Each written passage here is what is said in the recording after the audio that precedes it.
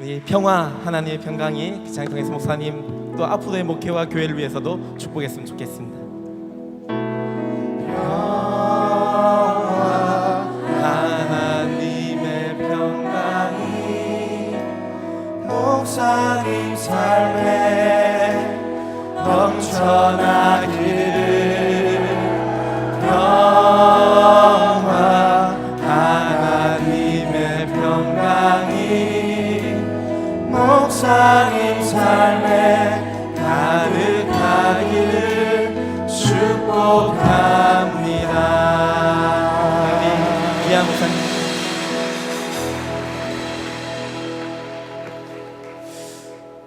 감사합니다.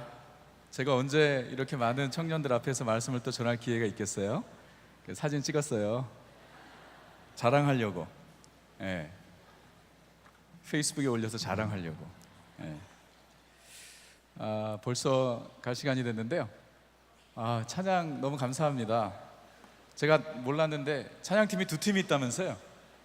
그래서 그 첫 번째 첫날에 봤던 분들이 아닌가 싶었는데 참 두 찬양팀마다 너무 잘하시고 감사하고, 우리 지금 찬양 인도하신 형제님은 우리가 찬양을 안 하면은 안 될 상황이에요.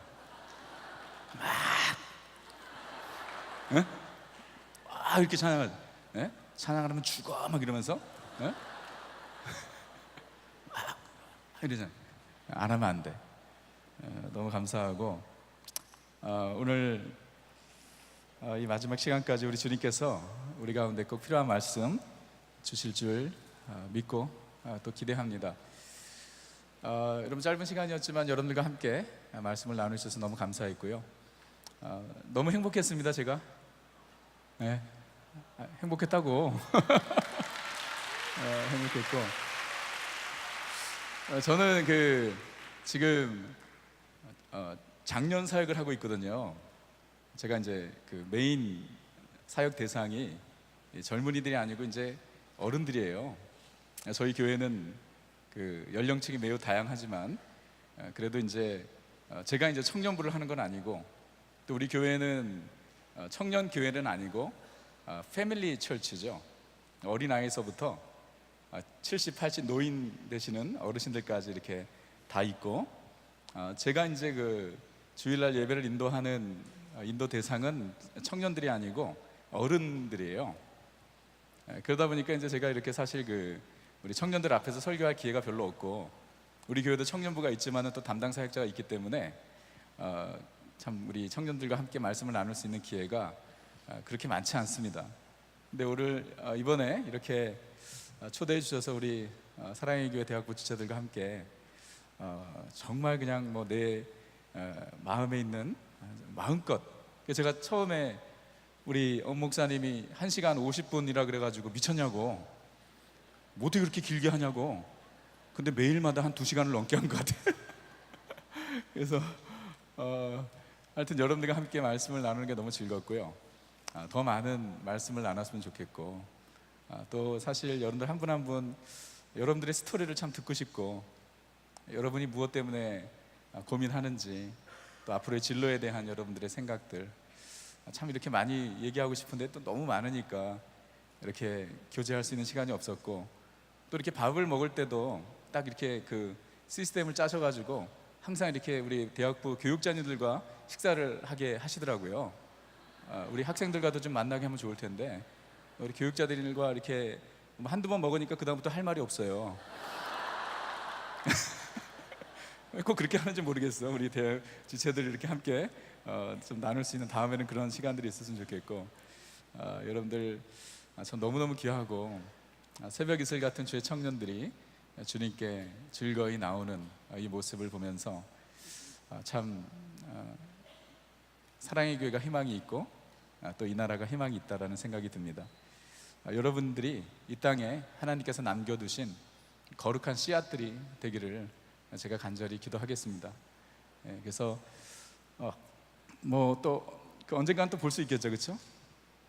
제가 여러분 한 분 한 분은 잘 모르지만 또 여러분들은 저를 아니까, 혹시 제가 이제 강남역에서 이렇게 헤매고 다니면 여러분들이 좀 저를 알아보시면 인사도 해주시고, 또 좀 불쌍히 보이면 커피도 좀 사와주시고, 예, 더 불쌍해 보이면 밥도 사주시고 그렇게 했으면 좋겠고, 저는 이제 그 집회를 끝나고 내일 이제 주일 사역을 하고 다음 주 목요일 날 저희 아들과 함께 돌아갑니다.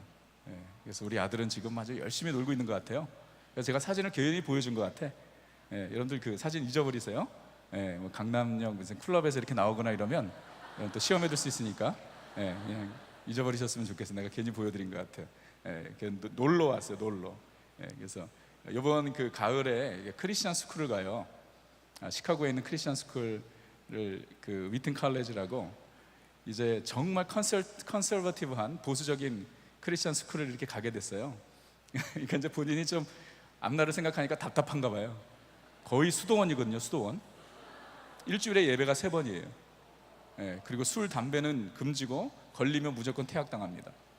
그러니까 그런 학교를 가려고 그러니까 좀 깝깝한 것 같아요. 저도 좀 이해가 돼요. PK로 계속해서 이렇게 자라다가 대학교를 가가지고 좀 자유하고 싶었는데 또 하나님께서 그곳으로 인도하셨네요. 그러니까 이제 8월 달에 가는데 가기 전까지 좀 세상을 즐기자, 좀 방황 좀 해보자. 그래가지고 이렇게 한국에 왔어요. 저는 아빠는 이렇게 말씀을 전하고 집회를 하고 있는데 걔는 지금 어디서 뭘 하고 있는지 모르는 상황이에요. 여러분들 기도해 주시기 바랍니다. 그래서 이렇게 사진을 괜히 보여줬어. 아유, 여러분들 얼마나 어색하겠어요. 여러분들도 홍대 클럽에 딱 가는데 우리 아들 딱 만나면 오늘 수양회 끝나고 딱 여러분도 가시는데 그런 인간들은 아무도 없겠죠? 그런 인간들은 없을 것 같아요. 제가 그 고등부 사역할 때 수양회를 마치고 난 다음에 그날 저녁에 애들이 갑자기 사라지는 거예요. 우리 고등학생 아이들이.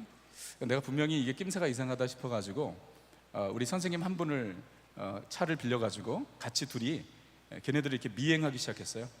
얘네들이 도대체 어디 가나. 그랬더니 돌고 돌아가지고 그 갈든그로브를 하는데 당구장에 애들이 딱 내리는 거예요. 난 이제 몰래 숨어서 이렇게 봤죠. 당구장에 딱 이제 걔네들이 들어가서 한 10분 정도 있고 난 다음에 제가 들어간 거예요. 그 아니더랄까 당구를 치는데 당구를 치는 것뿐만 아니라 애들이 거기서 담배를 피우는 거예요. 3박 4일 수양회 때 엄청나게 은혜를 받았던 애들이. 제가 정말 너무 화가 났습니다. 제가 지금은 이렇게 소프트하지만 전에는 정말 무서웠거든요. 안 믿으시네요. 그래서 니네 나와! 그래가지고 12월 달이었어요. LA 12월 달엔 좀 춥거든요. 근데 그 당구장 뒤편에 있는 골목에 6명 아이들을 무릎을 꿇혔어요. 아스팔트에. 그리고 2시간 동안 제가 거기서 걔네들한테 설교를 한 거예요. 설교를 한 것뿐만 아니라 제가 걔네들을 때렸어요. 발로 막 까고, 진짜 과장된 게 아니에요. 머리를 치고. 근데 걔네들이 알아요. 제가 걔네들 사랑한 걸. 안 되니까. 내가 왜 그렇게 했겠어요? 걔네들 사랑하니까. 너무 화가 나니까. 3박 4일 동안 수양에 은혜 엄청 받고 와가지고 그 짓을 하고 있으니까 내가 어떻게 봐줄 수가 있겠어요. 근데 애들이 참 착했죠. 지금 같으면은 내가 죽었죠. 근데 애들이 참 착한 거예요. 발로 까고 때리고 정신 차리라고 정말 2시간을 꼬박 그렇게 하고 내가 기도도 안 하고 혼자 집에 갔어요. 새벽 2시에 아이들이 집에 찾아왔어요. 새벽 2시에. 그리고 우리 집에 딱 들어오더니 내 앞에서 애들이 다시 한번 무릎을 꿇는 거야. 전도사님 잘못했다고. 그 아이 중에 이제 장가 가가지고 애가 둘인데 우리 교회 집사가 된 사람이 있습니다. 나는 걔를 볼 때마다 그 생각을 하는 거야. 그래서 여러분 무슨 말이냐면 항상 그 사탄은 은혜를 많이 받고 난 다음에 시험을 합니다. 그래서 이제 단기 선교 끝나고 난 다음에 항상 이 템테이션이 있어요. 수양의 은혜 많이 받고 난 다음에 꼭 시험이 있어요. 그렇기 때문에 여러분들 보니까 보통 그 토요일 날 여기서 잠을 자고 주일 날 간다면서요. 근데 오늘은 일찍 가잖아요, 그렇죠? 그러니까 오늘 8시에 떠나면 이제 우리 교회에 9시 도착하고 이렇게 될 거예요, 그렇죠?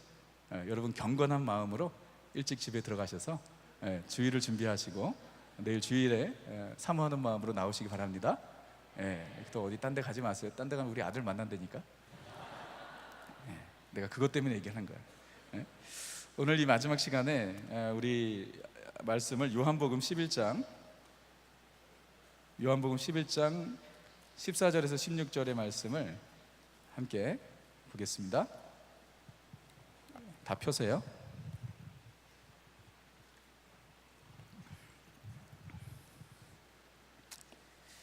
네, 요한복음 11장 14절에서 16절 같이 읽을까요? 한 목소리로. 자, 같이 읽겠습니다. 이에 예수께서 밝히 이르시되 나사로가 죽었느니라. 내가 거기 있지 아니한 것을 너희를 위하여 기뻐하노니 이는 너희로 믿게 하려 함이라. 그러나 그에게도 가자. 디두모라고 하는 도마가 다른 제자들에게 말하되 우리도 주와 함께 죽으러 가자. 아멘. 마지막 이 시간에 여러분들과 함께 헌신에 대한 내용을 좀 함께 나누기를 원합니다. 여러분 아마 여러분들도 다 아실 겁니다. 이런 우리 SNS나 이런 인터넷을 통해서 지금도 참 너무나 많은 크리스찬들이 핍박을 받고 그리고 순교를 당하는 그런 현실임을 아마 여러분들도 아실 겁니다. 아프리카 수단에 미리안이라는 자매가 있습니다. 근데 이 자매는 미국 시민권자와 결혼을 하여서 머슬람이었는데 이제 기독교로 개종을 했습니다. 근데 수단은 법적으로 기독교로 개종을 하는 것이 금지가 되어 있어요. 그래서 얼마 전에 이 미리암은 기독교를 포기하고 이슬람으로 다시 돌아오든지 아니면 죽든지 결정을 해야 했습니다. 근데 이 미리암 자매는 예수님을 부인하지 않았습니다. 그래서 결국 사형 선고를 받았어요. 요즘에 여러분들 아시다시피 ISIS를 통해서 정말 끔찍한 기독교 박해, 또 크리스천들의 순교가 계속 이어지고 있습니다. 그리고 또 그들은 그것을 영상으로 찍어서 세계 모든 사람들에게 위협하고 특별히 기독교인들을 위협하는 그런 모습들을 보게 됩니다. 이라크에서 있었던 일입니다. 이라크 카라곳이라는 도시인데 가장 그 크리스천들이 많이 살던 도시가 이 카라곳이라는 도시였습니다. 근데 아이시스가 이 도시를 점령한 후에 크리스천들을 다 죽였습니다. 도망친 크리스천들 외에는 카라곳시에 있는 모든 사람들이 다 참수를 당했어요. 목이 잘렸어요. 거기서 도망쳐 나온 마르크 아라보라는 사람을 CNN에서 인터뷰를 했습니다. 그 마르크가 이렇게 이야기했습니다. 아이시스들이 이 카라고시에서 도망가지 못하고 남은 사람들을 모두 다 목을 잘라 죽였습니다. 그리고 더 끔찍한 것은 아이들까지. 그리고 잘린 목을 나무에 매달아 공원에서 전시를 하고 있습니다. 너무나도 끔찍한 일이죠. 여러분 2년 전인가요? 그 이집트의 콥트교라고 하죠. 크리스천들을 해변가에 다 이 주황색 그 옷을 입고 눈을 가리고 무릎 꿇혀놓고 저들을 다 참수했죠. 20명 이상. 정말 이게 사탄의 그 도구고 사탄의 역사입니다. 여러분 그런 걸 보면 마치 하나님께서 패하신 것 같고 그 지역에 하나님의 주권과 하나님의 능력이 나타나지 않는 마치 사탄이 그 자리를 다스리는 것 같이 느껴집니다. 여러분 그런데 놀라운 사실은 우리 하나님은 모든 것 위에 계신 전능하신 하나님인 줄 믿으시기 바랍니다. 모든 것 위에 모든 것이 합력해서 선을 이루십니다. 그래서 이 아이시스들이 이렇게 잔혹하게 사람들을 죽이니까 이 머슬람들 중에서도 자신들의 종교의 그 해이를 느끼고 기독교로 돌아오는 역사가 지금 중동에 엄청나게 일어나고 있습니다.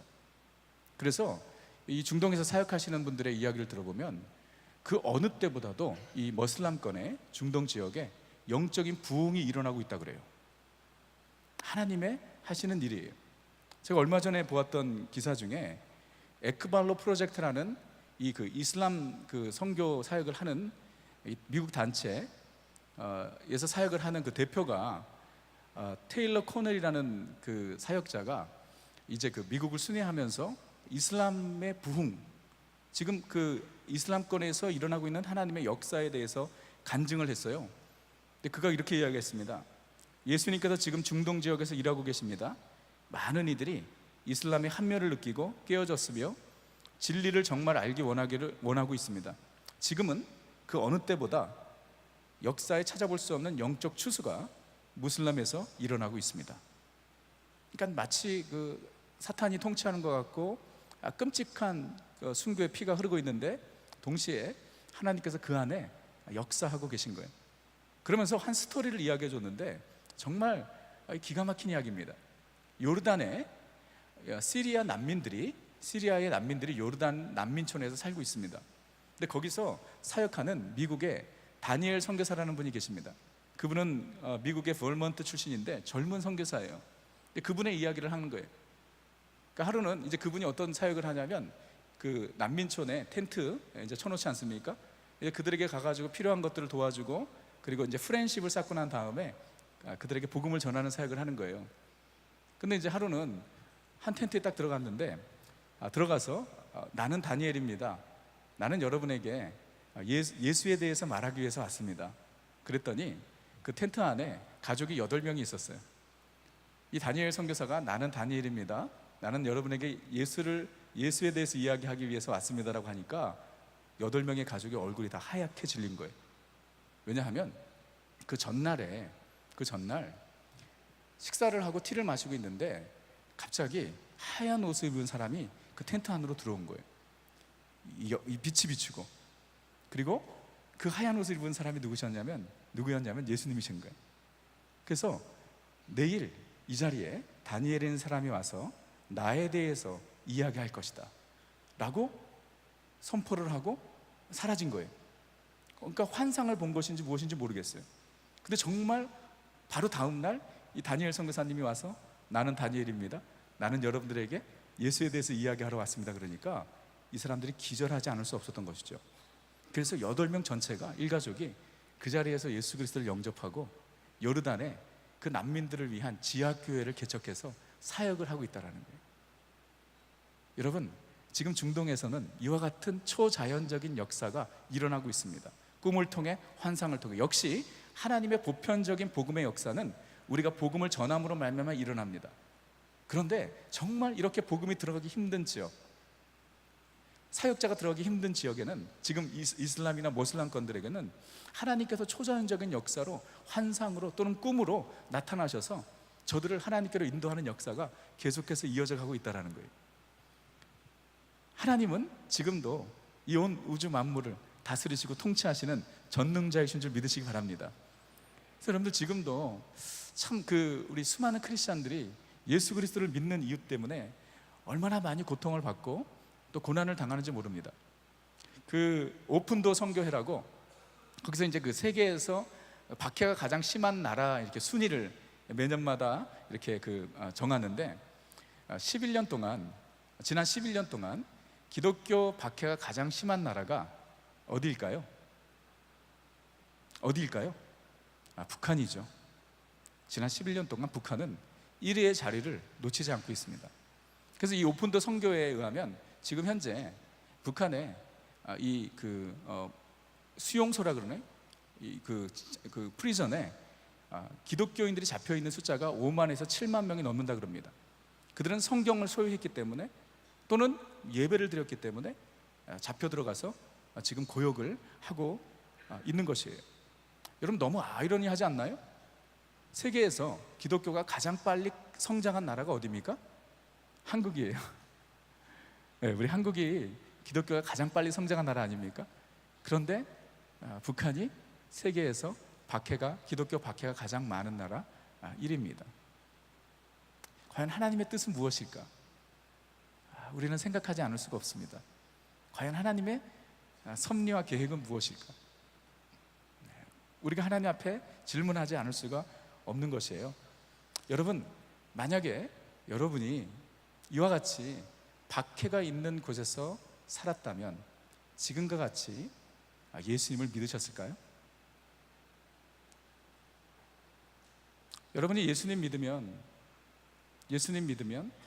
직장을 잃고, 예수님 믿으면 아이들이 학교를 가지 못하고, 예수를 믿으면 집안에서 쫓겨나고, 예수를 믿으면 사형 선고를 받을 수 있고 예수를 믿으면 참수당할 수 있는 곳에 산다면 여러분, 그럼에도 불구하고 여러분 예수님 믿으시겠어요? 너무 진지한가요? 한번 생각해 보세요. 한번 생각해 보세요. 과연 믿으시겠어요? 저는 그런 생각을 했습니다. 만약에 내가 정말 박해가 있는 곳에 살고 있다면 과연 내가 목사로 사역을 했겠는가? 과연 내가 목사로 사역을 했겠는가? 지금처럼 이렇게 복음을 전했을까? 말씀을 전하는 사역을 했을까? 나이자리에서 있었던 일인데요, 한 작은 마을에 교회가 있었습니다. 그리고 거기 성도들이 한 100명 정도 모이고 있었어요. 그런데 이 이슬람 과격 단체가 교회를, 그리고 목사님이 사는 사택을 그냥 불을 질러버렸어요. 그리고 그 동네에 이제 기독교 박해가 시작이 됐습니다. 그래서 그 교회의 성도들이 다 흩어졌어요. 교회를 다 떠났습니다. 그리고 심지어 그 동네를 다 떠났어요. 그러니까 아무도 없는 거예요. 그런데 그곳에 유일하게 남아 계신 분이 있었습니다. 누구냐면 그 교회 담임 목사님이셨어요. 사람들이 당신이 여기 있으면 죽을 수도 있습니다 라고 이야기했더니 그 목사님이, 하나님이 나를 이곳에 보내주셨습니다. 나는 죽어도 여기서 죽을 것입니다. 포기하지 않았어요. 그래서 불탄 교회를 다시 리빌딩하고 교회를 다시 시작했어요. 지금 또 영적으로 또 숫자적으로 교회가 부흥한다는 그런 뉴스를 제가 들었습니다. 여러분, 오늘 이 수양의 마지막 시간에 저는 여러분에게 좀 이런 진지한 얘기를 하려고 합니다. 우리의 신앙에 대한, 우리의 헌신에 대한, 우리의 소명에 대한 이야기입니다. 이 수양회를 마무리하면서 저는 저와 여러분이 오늘 요한복음 11장 16절에서 도마가 고백한 고백을 나의 고백으로, 여러분의 고백으로 삼기를 소원합니다. 도마가 뭐라고 이야기하냐면요, 16절을 여러분들 한번 다시 보세요. 16절을 보게 되면 디두모라고 하는 도마가 다른 제자들에게 말하되, 함께 있습니다. 시작. 우리도 주와 함께 죽으러 가자 하니라. 자, 한번 따라해 보세요. 우리도 주와 함께 죽으러 가자. 아멘? 여러분, 아멘 함부로 하지 마세요. 죽으러 가자는데 아멘 하는 거야 지금? 예? 여러분, 지금 이 배경이 어떻게 되냐면 예수님께서 그 예루살렘에서 사역을 하고 계셨어요. 예루살렘에서 사역을 하셨는데 그때 이제 유대인 종교 지도자들이 예수님께 와서 네가 정말 메시아냐, 내가 정말 그리스도냐, 만약에 그렇다면 클리어리 말해봐라, 이렇게 얘기했어요. 그랬더니 예수님께서 뭐라고 말씀하시냐면, 그렇다, 그러면서 나와 아버지는 하나다라고 말씀하셨습니다. 나와 아버지는 하나다. 그랬더니 유대인들이 돌을 들었습니다. 왜냐하면 예수님이 나와 아버지는 하나다라고 이야기하니까 그것이 바로 하나님의 이름을 모독하는 신성 모독죄였기 때문입니다. 그래서 예수님께서 나와 하나님은 하나다라고 말씀하시니까 유대인들이 돌을 들어서 예수님을 향해 던지려고 그랬습니다. 그러나 예수님의 때가 차지 않았기 때문에, 예수님이 십자가를 지시고 죽으실 때가 아직 되지 않았기 때문에 예수님께서 그 자리를 피하셨습니다. 예수님께서 예루살렘을 피하셔서 어디로 가셨냐면 요단강으로 가셨습니다. 세례 요한이 세례를 주던 요단강 강가로 가셨습니다. 요단강 강가에서는 예수님을 박해하는 사람이 아무도 없었습니다. 모든 사람들이 예수님에게로 나왔어요. 예수님의 말씀을 들었습니다. 너무 좋았던 거죠. 근데 요단 강가에 있을 때에 베다니에 살던 마리아와 마르다, 여러분 마리아와 마르다 아시죠? 마리아와 마르다, 그녀들의 오빠는 나사로, 마리아, 마르다, 이 패밀리지 않습니까? 근데 나사로가 병이 든 거예요. 죽을 병이 들었습니다. 그래서 마리아와 마르다가 요단강 강가에 있는 예수님에게 사람을 보냈어요. 빨리 와서 우리 오빠를 살려달라고. 죽을 병이 걸렸다고. 저들은 예수님이 기도하면 나을 거라고 믿었기 때문에. 그런데 예수님께서 가지 않으셨습니다. 왜 그러냐면 예수님은 나사로의 병든 나사로를 고쳐주시기보다 죽은 나사로를 살리시기 원하셨어요. 여러분, 나사로가 살아난 거 아시죠? 죽은 나사로가. 그래서 예수님께서 이틀 동안 가지 않으시고 요단 강가에서 사역을 하고 계셨어요. 그리고 이틀이 지나고 난 다음에 이미 나사로가 죽은 거죠. 이틀이 지나고 난 다음에 예수님께서 제자들에게 이제 우리가 유다로 가자. 유대는 예루살렘이 있고 베다니가 있는 곳이에요. 베다니와 예루살렘은 2km밖에 떨어지지 않은 곳입니다. 우리가 이제 다시 예루살렘으로 가자, 다시 베다니로 가자 라고 말씀하신 거예요. 그랬더니 제자들이 들고 일어난 겁니다. 아니 예수님, 우리가 예루살렘에서 거의 돌에 맞아 죽을 뻔했는데 예수님 다시 글로 가자고요? No way, 안 됩니다. 그러니까 예수님은 가자 그러는데 제자들은 못 간다 이러는 거예요. 그때 누가 등장하느냐? 바로 도마입니다. 그때 디도마라 하는 도마가, 자, 예수님은 가자, 제자들은 안 됩니다, 가자, 안 됩니다, 가자, 안 됩니다 하는데 도마가 딱 나와서 뭐라고 이야기합니까? 우리도 주와 함께 죽으러 가자. 오, 멋있어요? 뭐 없어요? 멋있지 않나요? 도마가 등장해서 우리도 주와 함께 죽으러 가자. 여러분, 보통 이런 말을 보통 누가 해야지 어울리나요? 베드로죠. 네, 베드로가 해야 어울리는데 이번에는 베드로가 이야기하지 않았어요. 도마가 나타나서 우리도 주와 함께 죽으러 가자. 여러분, 도마가 우리도 주와 함께 죽으러 가자라고 이야기한 것은요, 베드로가 이야기 만약에 했다면 그것보다도 도마의 고백이 훨씬 더 무게가 있는 것입니다. 왜냐하면 죄송하지만 베드로는 그냥 생각 없이 말을 뱉는 게 되게 많아. 여러분 중에 그런 사람들이 있죠? 그냥 하여튼 머리를 지나 입으로 나와야 되는데 그냥 먼저 입으로 나오는 사람들. 베드로가 그런 사람이잖아요. 도마는 그렇지 않은 사람이에요. 이 도마에 대한 이야기가 공간복음, 마태마가 누가복음에는요 한 번도 나오지 않아요. 그냥 예수님의 12제자를 멘션할 때 그 이름만 나와요. 요한복음에만 도마에 대한 이야기가 한 2번 나와요.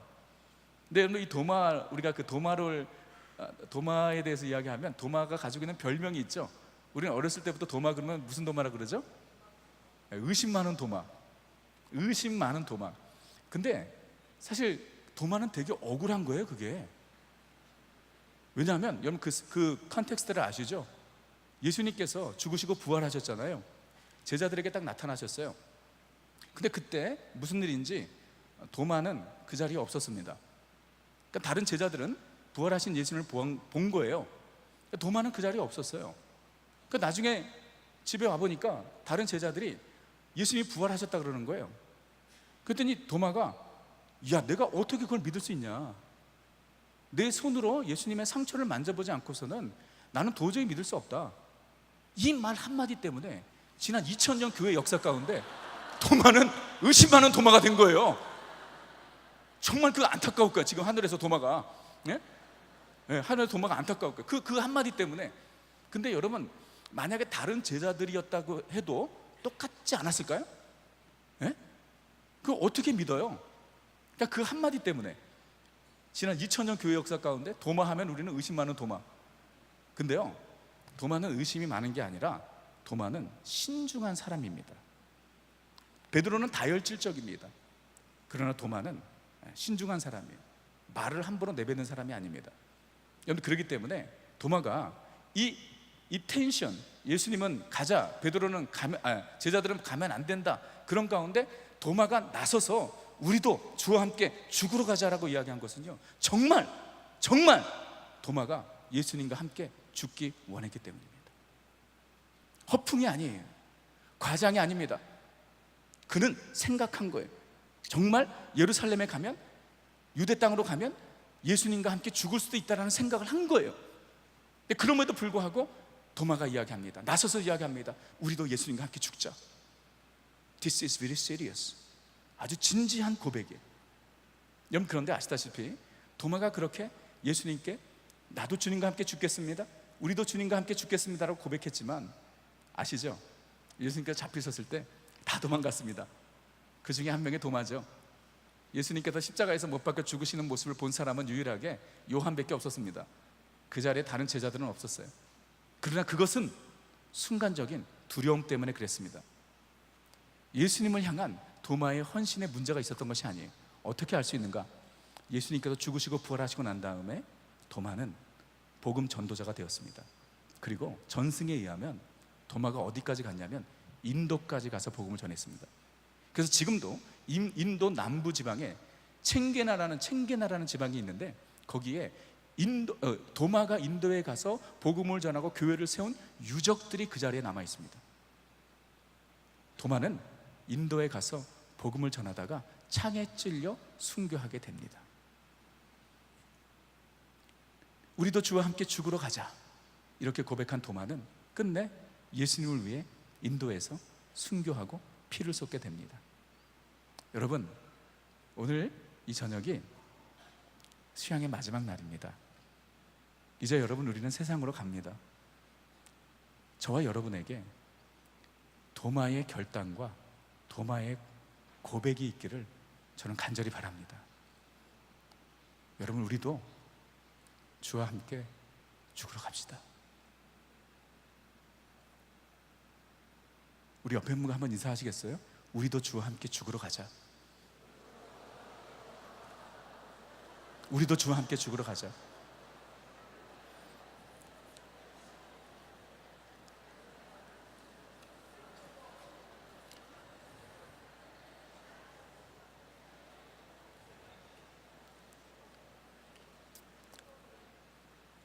여러분, 제가 옆에 있는 사람에게 이렇게 이야기하라고 할 때는 항상 누군가가 졸고 있기 때문에 그러는 거예요.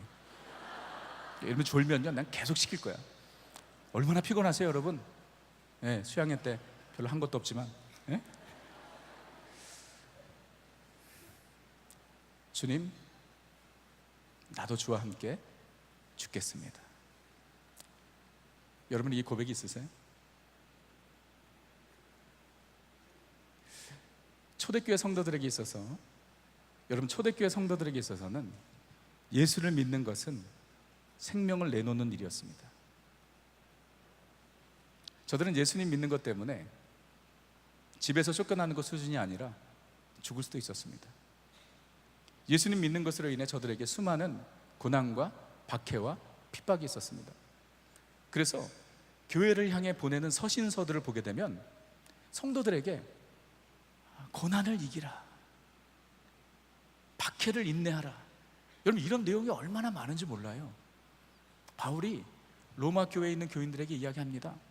여러분, 우리가 예수님과 함께 영광을 얻기 위해서는 이 땅에서 고난도 함께 받아야 합니다. 그러나 여러분, 기억하세요? 우리가 여기서 받는 고난은 장차 우리가 얻게 될 영광과는 비교할 수 없어요. 여러분, 고난을 견디세요. 예수님 믿는 거 포기하지 마세요. 이렇게 권면해요. 베드로는 소아시아 지역에 있는 교회들에게 그렇게 이야기합니다. 여러분, 예수님 때문에 고난받는 것을 즐거워하세요. 예수님 때문에 박해받는 것을 두려워하지 마세요. 그것은 주님께서 우리에게 주신 축복입니다. 서신서들을 보게 되면 교회를 향해 권면하고 위로하는 메시지는 무엇이냐면 박해를 견디라는 거예요. 여러분, 그만큼 초대교회에는 예수 그리스도를 믿는 것은 곧 생명을 내놓는 일이었습니다. 그렇기 때문에 초대교회에는 명목상 크리스찬이 있을 수가 없었습니다. nominal 크리스찬. 여러분, 명목상 크리스찬이 뭔지 아시죠? 그러니까 나는 크리스찬이야 그러면서 교회를 가지 않는. 미국은 70%, 미국 전체 국민의 70%가 크리스찬이라고 자기가 고백합니다. 그런데 조지 버너의 리서치에 따르면 true 크리스찬, 정말 예배를 드리고 말씀대로 살고 진지하게 크리스찬 라이프를 사는 사람들을 얼마 정도로 보냐면 7%로 봅니다. 70%가 나는 크리스찬입니다라고 이야기하지만 진정한 크리스찬은 10%가 안 됩니다. 그래서 지금 미국이 이렇게 난립니다. 도덕적으로, 성경적 가치관을 잃어가기 때문에. 그게 너미나 크리스찬이에요. 명목상 크리스찬입니다. 나는 기독교인입니다라고 이야기하지만은 교회를 다니질 않아. 여러분, 그런데 초대교회에는 그런 이유가 없습니다. 아니, 무슨 예수 믿으면 죽을 수도 있는데 내가 왜 믿지도 않는데 믿는다 그래요? 안 그래요? 그래서 I'm a Christian 이라고 이야기하는 것은 내가 그리스도의 제자라는 말이에요. 그래서 제자라는 단어가 사복음서에서 이제 많이 사용되지만 서신서에서는 제자라는 단어가 많이 나오지 않아요. 왜냐하면 초대교회에는 Christian equal disciple, 믿는 자는 다 그리스도의 제자였던 거예요. 제자는 예수님을 위해서 죽을 수 있는 사람이에요. 실제로 여러분, 수많은 크리스찬들이 예수님 믿는 것 때문에 순교한 거 아시죠? 우리 철치 히스토리에서 배우지 않습니까? 로마의 네로 황제 때, 그렇죠? 원형 경기장에서 그 무서운 사자의 밥이 되고 말이에요. 그리고 카타쿰을 아시죠? 여러분, 카타쿰 가보셨나요? 제가 작년 이맘때에 터키 선교를 갔습니다. 터키 선교를 갔는데 사역을 마치고 난 다음에 갑바도기아를 갔어요. 갑바도기아를 여러분 혹시 가보신지 모르겠습니다. 정말 대단한 곳입니다. 갑바도기아는요, 이 카타쿰이 있어요. 지하에 도시를 만들어 놨습니다. 핍박이 있었기 때문에, 예수 그리스도를 믿으면 죽을 수 있었기 때문에. 근데 놀라운 건 지금 오픈된 내려갈 수 있는 데가 12층까지. 그런데 그 밑에 얼마나 더 많은지 아직도 몰라요. 어마어마한 지하 도시가 그 안에 있습니다. 그런데 제가 작년에 거기 우리 선교팀을 데리고 카타쿰에 들어갔어요. 근데 저는요, 너무 부끄러운 게 들어가다가 뛰쳐나왔어요. 그 저는요 1층 발만 밟고 왔어요. 왜냐면 제가 갑자기 그 폐쇄공포증 같은 거 있죠? 여러분들 중에 그런 거 있는 거 있어요? 이렇게 폐쇄공포증. 언제부턴가 제가 그런 게 없었는데 언제부턴가 이런 폐쇄공포증이 이렇게 생기기 시작한 거예요. 그러니까 저는 이제 비행기 타는 거를 너무 싫어해요. 네, 근데 나는 아무 생각 안 하고 그 카타쿰의 그 갑바도기아 지하도시에 딱 들어가는데 갑자기 숨이 막히는 거예요. 그래가지고 우리 15명의 선교팀원들은 다 들어가게 하고, 네, 그리고 나는 혼자 나와서 밖에서 콜라를 마시고 있었어요. 그래서 제가 할 말이 없어. 그래서 그 카타쿰 그 갑바도기아 지하교회 보고 온 분들이 막 은혜를 받고 나누는데 저는 할 말이 없어요. 근데 여러분 생각해 보세요. 거기서 평생을 산다고 생각해 보세요. 지하 12층에서 20층에서 빛도 보지 못하고 거기서 태어나서 거기서 죽은 사람들도 있습니다. 여러분, 우리 기독교는요, 기독교 역사를 보게 되면 교회가 가장 순수하고 열정적이고 정말 하나님께 쓰임받을 그 시기는 교회가 박해가 있고 어려움이 있을 때였어요. 그거는 어쩔 수 없는 일이었던 것 같아요. 그런데 이제 교회가 부해지고 자유해지고 많은 것을 누리고 얻게 되니까 점점 더 크리스찬들이 영적으로 무뎌지기 시작하는 것입니다. 여러분, 그래서 우리가 지금 유럽에 있는 교회들을 아시죠? 유럽의 그 수많은 교회들, 지금은 나이트클럽으로, 술집으로 넘어가고 있죠. 하루에도 몇십 개의 교회가 문을 닫는지 모릅니다. 교회가 노령화가 됐어요. 젊은이들이 오지 않습니다. 여러분들, 미국도 지금 저는 미국에서 사역을 하면서 참 미국에 대한 그런 기도가 많습니다. 왜냐하면 영적으로 너무 급격하게 디클라인 되고 있기 때문에 그렇습니다. 정말 그 큰 교회들, 대형 교회들은 잘 되지만 대부분의 교회들이 많이 성도들이 줄고, 그리고 아까도 말씀드린 대로 크리스찬들이 크리스찬의 라이프를 살지 않습니다. 왜 그럴까? 너무 부한 거예요. 너무 컴포터블한 거예요. 그러니까 이게 간절함이 없는 거죠. 여러분, 근데 유럽 교회뿐만 아니라 미국 교회뿐만 아니라 한국 교회도 마찬가지 아니에요? 여러분, 한국 교회가 불과 120년, 130년밖에 되지 않았지만 정말 이와 같이 놀라운 영적 성장과 부흥을 경험한 것은 하나님의 은혜요. 그리고 무엇보다도 우리 한국 교회는 순교자의 피 위에 세워진 거 아시죠? 이 땅에 처음 찾아온 선교사님이 영국의 토마스 선교사님이시죠. 그는 성경을 들고 와서 전하지도 못하고 대동강 해변에서 참수를 당하면서 성경을 뿌리고 죽었습니다. 수많은 선교사님들이 이 땅에 오셔서 피를 흘리시고 땀을 흘리셨어요. 여러분, 양화진을 가보셨나요? 양화진을 가보십시오. 꼭 가보세요. 어떻게 거기를 가지 않습니까? 제가 우리 아이들을 데리고 양화진에 갔습니다. 그 묘비 하나하나를 보면서 참 많은 상상들을 했습니다. 어린아이, 아이 묘도 있어요.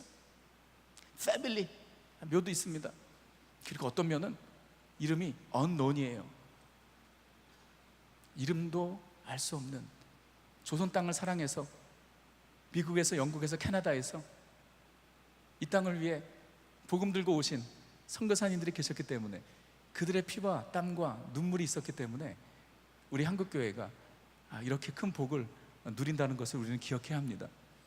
그리고 우리 믿음의 선조들, 정말 일제시대에 6.25 때 수많은 환난과 핍박 가운데서도 믿음을 포기하지 아니하고 신사 참배하지 아니하고 끝까지 순교한 주기철 목사님 같은 분들, 손양원 목사님 같은 분들, 정말 나라가 힘들고 어려울 때 이 땅을 위해서 정말 새벽마다 무릎 꿇고 눈물 흘린 믿음의 선조들이 있었기 때문에 여러분, 우리가 이와 같은 영적인 복을 누리고 있다는 것을 기억하시기 바랍니다.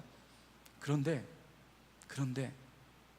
우리가 한국이 점점 더 잘 살게 되니까, 지금 한국은 세계 그 경제 10위권 안에 들어가 있지 않나요? 제가 한국에 올 때마다 정말 너무 어메이징해요. 아니, 작년에 왔는데, 작년이고 1년 만에 왔는데 작년보다 올해가 더 좋아진 것 같아요. 여러분들 느끼는지 모르겠지만요, 외국에 있다가 오면 너무나도 빨리 바뀌는 거예요, 한국이. 막 빌딩들이 세워지고, 이번에 제가 이 수양에 오기 전에 목포에 우리 목회자 모임이 있어서 목포를 갔다 왔는데, 제가 목포를 KTX를 타고 갔다 온 거예요. 2시간 반, 2시간 20분인가? 제가 있을 때는 없었거든요. 이야, 이게 너무 좋은 거예요. 그리고 지난 주일은 저쪽 수지 쪽에 주일날 가서 설교를 하는데, 뭡니까?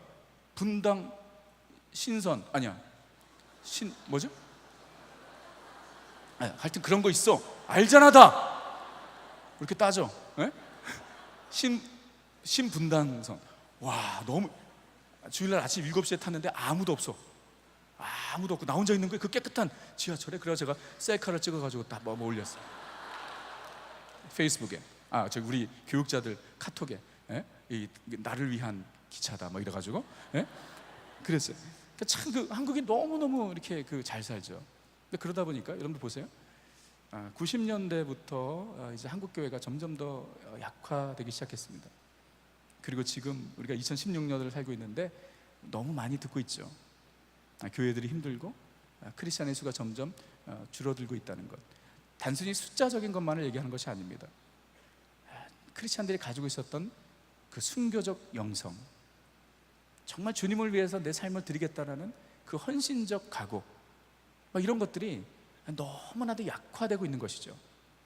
그리고 성도들이 주님을 위해서 뭐를 드릴까를 생각하기보다는 그냥 내가 필요한 것을 얻어 누리는, 소비자적인 정신을 가지고 크리스찬의 삶을 사는 사람들이 점점 더 많아지다 보니까 교회들이, 또 우리 한국 기독교가 많이 약화되는 것은 아닌가라는 생각이 듭니다. 그런데 여러분들, 한국만의 문제가 아니에요. 저는 목회를 하면서 정말 제가 가장 고민하고 또 가장 제 자신을 돌아보는 것 중에 하나가 바로 그겁니다. 왜냐하면 저부터도 그렇게 되고 있으니까. 저부터도. 제가 교회를 개척한 지가 7년 반이 됐습니다. 하나님께서 시작하게 하셨어요. 처음에 교회를 개척했을 때 공원에서, 얼바인에 있는 한 공원에서 30명이 모여서 기도 모임부터 시작했습니다. 그때는요, 내가 죽으면 죽으리라였어요. 아무것도 없었습니다. 돈도 없었고 사람도 없었고 모일 장소도 없었어요. 그러나 내 마음속에 주님을 향한 열망이 있었습니다. 교회를 향한 열정이 있었어요. 그래서 내가 고생해도 괜찮다 생각을 하고 38의 나이에 교회를 개척을 했어요. 38이면 좀 빠른 거죠. 38의 나이에 교회를 개척을 했어요. 주님 위해서 죽을 각오가 돼 있었어요. 뭐 굶어도 괜찮다 생각을 했어요. 그리고 교회에 장소가 없어서 집을, 아파트를 얻으러 다닐 때 리빙룸 큰 거를 보고 다녔어요. 나는 그냥 집에서 모일 생각을 했거든요. 그렇게 시작을 했어요. 근데 그건 내 생각이었어요. 하나님의 계획은 달랐습니다. 교회를 시작을 하니까 하나님께서 성도들을 보내주기 시작하는 거예요. 그래서 1월 첫 주 토요일 날 모였을 때 30명이 공원에서 기도 모임을 했는데 2월 첫 주일 예배를 공원에서 드렸거든요. 그때 벌써 80명이 됐어요. 그리고 5월 첫 주일에 저희가 그 창립 예배를 드렸어요. 5월 첫 주일에 창립 예배 드렸는데 150명이 된 거예요. 근데 그러면서 교회가 이제 뭐 재정적으로도 그렇고, 그리고 정말 하나님께서 그 하나님의 인도하신 가운데 이렇게 그 자리를 주셨어요. 빌딩을 우리가 산 게 아니고 그 임대를 한 거죠. 리스를 했어요. 거기 이제 리모델링하고 들어가서 이제 교회를 이렇게 시작을 하니까 이제 사람도 있고 장소도 있고 그러니까 성도님들이 이렇게 오기 시작하시죠. 그 지금 7년 반 정도 됐는데 이제 그 개척교회 틀이 보이지가 않는 거예요. 이미 이제 뭐 그 안정권에 들어간 거죠. 안정권에. 그래서 이민교회는 그 한국교회와의 숫자의 차이가 큰 거 아시죠? 와, 여기는 막 한번 모이면 막 이렇게 이게 있을 수도 없는 거예요. 미국에선 지금 얘가 물어보니까 거의 이번 수양에 200명 넘게 이렇게 오셨다 그러는데, 이건 뭐 미국에서는, 해외에서는 있을 수도 없는 일이잖아요. 근데 여기는 이제 뭐 우리 성도님들이 워낙 많으니까, 그러니까 이제 미국에서 이제 교회를 개척해서 이제 어느 정도 뭐 중형교회 정도 사이즈가 이렇게 되니까 지금 7년 반이 지났는데, 내가 지금 계속 괴로워하는 건 뭐냐면 옛날 같지가 않은 거예요. 내가 진짜 옛날 같지가 않은 거예요. 고생하고 싶지가 않은 거예요. 쉽게 하고 싶은 거예요. 네. 그리고 지금 저희가 그 살고 또 이제 교회가 위치해 있는 곳이 얼바인이라는 곳인데, 그 얼바인이라는 곳은요 정말 살기 좋은 곳이에요. 정말 살기 좋은 곳. 여러분들이 아마 한번 미국에 그 오시면, 여러분들 그 LA라 그래가지고 LA 다 LA가 아니에요. 그러니까 얼바인에 사는 사람들에게 LA에 산다 그러면요 이 자존심 상해. 예? 얼바인은 되게 좋은 곳. LA는 LA 다운타운은 거기는 이제 좀 힘들죠. 근데 거기서 한 60마일 정도 이렇게 50마일 정도 떨어지면 이제 얼바인이라는 곳인데, 거기는 이제 패밀리 타운이에요. 그러니까 학군이 되게 좋아요. 그리고 이 시설이 얼마나 잘 돼 있는지 몰라요. 너무나도 깨끗하고 그렇습니다. 그리고 이제 거기서 사는 성도님들이 이제 그 경제적으로나 이런 부분도 이제 뭐 좀 어느 정도 되기 때문에 그곳에 와서 살아요. 자, 그러다 보니까, 그런 데서 이제 목회를 하다 보니까 성도님들도 그렇고 나도 그렇고 점점 더 매너리즘에 빠지는 거예요. This is okay. Why bother? 뭘 그렇게 힘들게 해? 지금 이렇게 하면 되지. 이런 생각들, 이런 나태함, 이런 매너리즘. 그러니까 주님께 매달리는 그 간절함. 개척 시작했을 때 정말 하나님 도와주지 않으시면 나는 살 수 없습니다. 당장 먹을 게 없으니까. 예? 하나님 도와주지 않으시면 나는 살 수 없습니다. 하나님 교회를 세워주옵소서. 막 그런 간절함.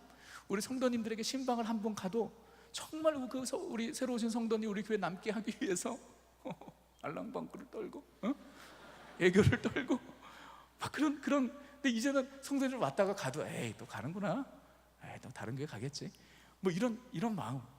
그러니까 제가 7년 이제 반이 됐는데 안식년 뭐 이런 거는 생각지도 못하죠. 이민교회 쉽지는 않은데, 근데 제가 주님 앞에 정말 그 바라는 마음의 소원은 뭐냐면, 주님, 내 안에 주를 향한 열정을 다시 회복시켜 주옵소서. 불이 꺼져가는 것 같은. 그러니까 내가 이번에 그 서울에 오면서 하나님께 기도했어요. 하나님, 나를 다시 살려주옵소서. 그래서요, 여러분, 제가 여기서 이렇게 여러분들에게 말씀을 나누고 그러지만 정말 하나님께서 제게 주시는 은혜가 너무 많아요. 이 자리를 통해서 하나님께서 제게 다시 이렇게 그 불을 붙여주시는 거예요. 그러니까 여러분들, 젊은 여러분들의 그 열정과 그 모습을 보면서 하나님께서 다시 한번 저로 하여금 초심을 회복하게 하는 은혜를 주시는 것 같아요. 여러분들에게도 정말 신앙생활 매너리즘에 빠져서 그냥 되는 대로 살지가 아니라 주님을 향한 열정과 순교적 영성과 헌신을 가지고 주님을 섬기는 여러분들 되시기를 간절히 바랍니다. 여러분, 주님을 위해 죽을 수 있으세요? 우리도 주와 함께 죽으러 가자. 여러분 그렇게 질문하면 여러분 어떻게 대답하실래요? 너나 가라. 내가 왜 가? 내가 왜 죽어? 이 정도로 살면 되지. 이렇게 이야기하시겠어요? 여러분, 우리 주와 함께 죽으러 갑시다. 다시. 여러분들이 내 식은 마음에 불을 붙여준다니까요. 근데 이렇게 나오면 안 돼. 이렇게 나오면 꺼져. 여러분, 우리 주님과 함께 죽으러 갑시다. 우리 다시 옆에 분과 한번 인사하세요. 우리 주님과 함께 죽으러 가자.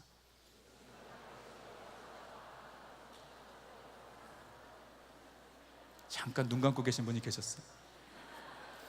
자, 그러면 우리가 어떻게 죽습니까? 그러면 지금 우리가 북한에 갑니까? 이슬람권에 선교사로 가야 합니까? 뭐 그렇게도 하나님께서 부르시는 분이 있을 수 있습니다. 그러나 지금 우리는 한국에서, 미국에서 살고 있습니다. 그럼 우리가 이런 환경 속에서 어떻게 순교적 영성을 가지고 헌신된 삶을 살 수 있을까? 매너리즘에 빠지지 않고 소비자가 되지 않고 그냥 나 편한 대로만 신앙생활 하는 것이 아니라 정말 어떻게 하면 true Christian, true believer, true disciple, 어떻게 우리가 될 수 있을까? 어떻게 순교적 영성을 가지고 헌신된 삶을 살 수 있을까? 제가 여러분들에게 이 마지막 시간에 4가지 서제스션을 드리겠습니다. 4가지 제안을 드릴게요. 첫째는 순교적 영성을 가지고 헌신된 삶을 사는 것은요, 첫 번째, 하나님의 말씀에 목숨을 거는 것입니다. 즉 하나님의 말씀대로 살려는 거예요. 여러분, 세상은 끊임없이 우리를 타협합니다. 세상의 기준, 세상의 가치관, 세상의 원리. 제가 월요일부터 계속해서 그런 얘기 했죠. 네. 목사님, 세상을 몰라서 그래요? 이런 얘기 하시겠어요? 우리는 변하지 않는 절대적 진리와 원리를 가지고 사는 사람들입니다. 그것이 무엇입니까? 바로 하나님의 말씀이에요. 여러분, 순교적 영성을 가지고 헌신된 삶을 사는 것은 무엇이냐? 첫 번째로 여러분들에게 제안을 드리는 것은 무엇이냐면, 세상과 타협하지 말고 하나님의 말씀대로 한번 살아보려는 거룩한 몸부림이 있기를 간절히 소원합니다.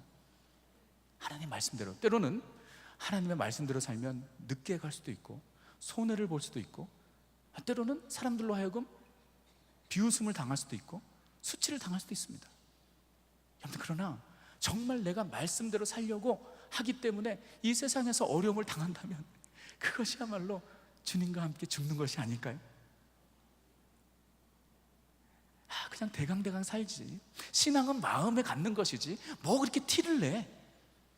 뭐 그렇게 티를 내? 여러분, 그렇게 생각하세요? 아니지 않습니까? 우리가 진정한 크리스찬의 삶을 살기 위해서는요, 하나님 말씀대로, 주님 말씀하시면 내가 나아가리다, 주님 말씀하시면 내가 멈춰서리다, 하나님 말씀의 원리와 진리대로 살아보겠다는 각오가 이 수양회를 내려가는 여러분들에게 다시 한번 그 마음속에 각오와 결단으로 자리 잡는 은혜가 있기를 간절히 소원합니다. 여러분, 우리가 이 세상에서 어떻게 거룩하게 살 수 있습니까? 시편 119편에서 이야기합니다. 청년이 무엇으로 그 행실을 깨끗게 하리까? 오직 주의 말씀을 따라 사는 것이라. 이 땅에서의 거룩한 삶은 하나님의 말씀을 따라 살 때 가능한 거예요. 우리의 삶의 진로를 어떻게 열어갈 것인가? 하나님의 말씀입니다. 시편 119편의 105절에 주의 말씀은 내 발의 등이요 내 길의 빛이니이다. 등, 여러분, 등은요 10m, 20m까지 밝혀주지 않습니다. 등은 5m, 3m. 무슨 말인지 아세요? 우리는 그 말씀 가지고 하루하루 사는 거예요. 하루하루. 주의 말씀은 내 발의 등이요 내 길의 빛이니이다. 여러분, 앞날에 대해서, 진로에 대해서 고민하시죠? 여러분, 우리가 어떻게 우리의 삶의 방향을 정합니까? 우리가 어떻게 우리의 삶의 길을 찾습니까? 하나님의 말씀이 우리의 가이드가 되시고 하나님의 말씀이 우리를 인도해 주신다는 걸 믿으시기 바랍니다. 그래서 말씀을 떠나면 you're lost. 말씀을 떠나면 길을 찾을 수가 없어요. 말씀을 통해 길을 찾으셔야 합니다. 그리고 여러분들, 진정한 삶의 형통은, 여러분, 진정한 삶의 형통은, success, 성공은 하나님의 말씀을 따라 살 때 오는 거예요. 여호수아 1장 8절 아시죠?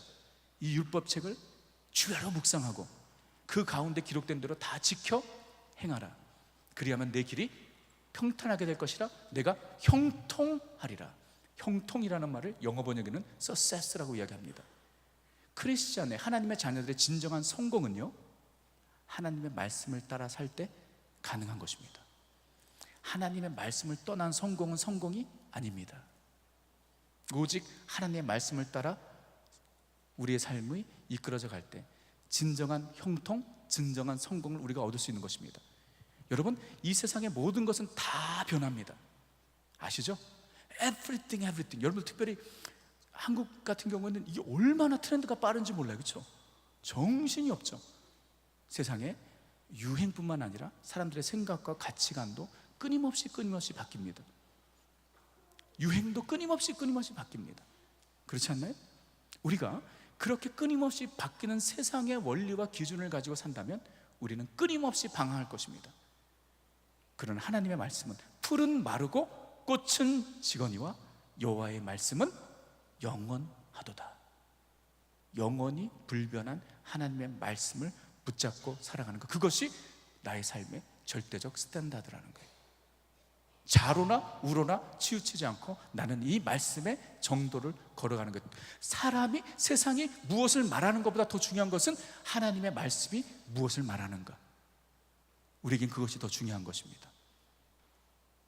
여러분, 그래서 하나님의 말씀에 목숨 걸고 이 말씀대로 살기 위해서는 필요한 것은 무엇이냐면 하나님께서 우리에게 주신 이 성경에 대한 분명한 확신을 가지고 있어야 합니다. 여러분, 주님께서 우리에게 주신 성경은 정확무오한 하나님의 말씀입니다. 정확무오하다는 것은 에러가 없다는 거예요. 창세기 1장 1절부터 요한계시록 마지막 장까지 말씀 하나하나가, 단어 하나하나가 하나님께서 우리에게 주신 하나님의 성령의 영감으로 기록된 하나님의 말씀임을 여러분들이 믿으셔야 됩니다. 여러분, 요즘 크리스찬들이 또 교회가 갈대와 같이 흔들리는 이유가 무엇이냐면 성경의 권위를 점점 타협하기 때문에 그렇습니다. 미국에 거듭난 크리스찬들 중에, 본인들이 거듭났다라고 이야기하는 본어긴 크리스찬들 중에 성경의 정확무오성을 믿는 사람들은 조사에서 나온 거예요. 불과 37%밖에 되지 않습니다. 본인이 거듭난 크리스찬이라고 이야기하면서도 성경이 정확무오한 하나님의 말씀인 것을 믿지 않는 사람들이 70%가 되는 거예요. 그러니 세상이 이렇게 되는 것입니다. 크리스찬들이 혼돈하는 것입니다. 혼란하는 것입니다. 하나님의 말씀은, 하나님께서 우리에게 주신 이 성경 말씀은 정확무오한 하나님의 말씀이요 절대적인 삶의 진리로 믿고 여러분들 이 말씀을 붙잡고 살아가는 것, 그것이 순교적 영성을 가지고 헌신된 삶을 살아가는 것임을 여러분 기억하시기 바랍니다. 그러기 위해서는요, 여러분은 오늘 이 시간부터 다시 한번 마음의 결단이 있어야 됩니다. 그냥 가서 살면 되겠지. 아니에요. 다니엘의 결단이 있어야 됩니다. 다니엘이 왕의 진미를 먹지 않기로 그가 뜻을 정했습니다. 왕의 그 음식 먹는 거 그게 뭐가 대단한 것인가 타협할 수 있겠지만 다니엘은 작은 것에서부터 타협하지 않았습니다. 나는 안 먹는다. 나는 우상 앞에 절하지 않는다. 뜻을 정하는 것. 여러분, 그래서 여러분, 첫 번째 이 수양회를 마치고 내려가는 여러분들에게 먼저 내가 하나님의 말씀대로 살 것이다. 하나님의 정확무오한 하나님의 말씀을 나의 삶의 절대적인 기준으로 삼고 내가 살 것이다. 주님 말씀하시면 내가 간다. 주님 말씀하시면 내가 선다. 하나님의 말씀이 내 삶의 절대적 가이드다 라는 마음의 다짐과 결단이 여러분들 가운데 있어야 합니다. 결단하시겠어요? 말씀 붙잡고 사세요. 말씀 붙잡고 사셔야 돼요.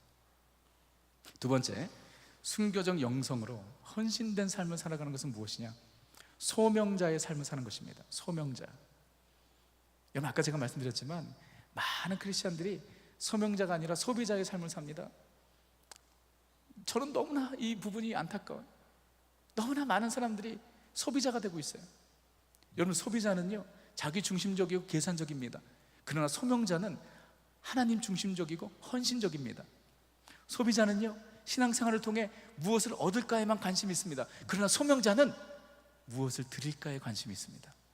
소명자는 먹든지 마시든지 무엇을 하든지 하나님의 영광을 위해서 합니다. 소명자는 살든지 죽든지 주를 위해 살고 주를 위해 죽습니다. 소명자는 하나님의 나라가 세워지고 복음이 증거되는 것을 가장 기뻐합니다. 많은 크리스찬들이 소명자가 아니라 소비자로 살아가고 있습니다. 여기 있는 우리 사랑의 교회 대학부 지체들은요, 소비자가 아니라 소명자로 살아가는 여러분들 되시기를 주님으로 축원합니다. 무엇을 얻을까에만 관심을 갖지 마십시오. 이거 소비자입니다. 무엇을 얻을까?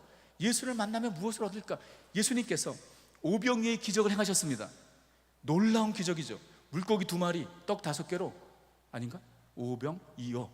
예. 물고기 2마리, 떡 5개 맞아. 예? 오병이어로 5,000명을 먹인 거예요. 이건 정말 대단한 일 아니에요? 그렇게 배를 골던 유대인들이 기적을 본 겁니다. 배가 부른 거예요. 예수님께서 그 기적을 행하시고 난 다음에 갈릴리 바다를 건너가셨습니다. 그런데 수많은 사람들이 배를 타고 따라왔습니다. 무엇을 얻기 위해서? 떡을 얻기 위해서. 저들은 예수님에게 관심이 없었습니다. 예수님이 주시는 떡에 관심이 있었습니다. 예수님께서 그것을 아시고 저들에게 말씀하십니다. 내가 하늘에서 내려온 생명의 떡이라. 너희들은 나를 먹어야 살리라. 그러니까 성경 뭐라고 이야기하냐면 모두가 다 주님을 떠났대요. 심지어 제자들까지도 주님을 떠났대요. 그래서 예수님께서 12사도들에게 너희도 나를 떠나려느냐. 그랬더니 베드로가 생명의 말씀이 여기 계시오니 우리가 어디로 가리이까? 이렇게 얘기한 거 아니에요. 멋있어. 가끔은 멋있어. 지금도 수많은 사람들이 예수님에게서 떡을 얻으려고 예수님을 따릅니다.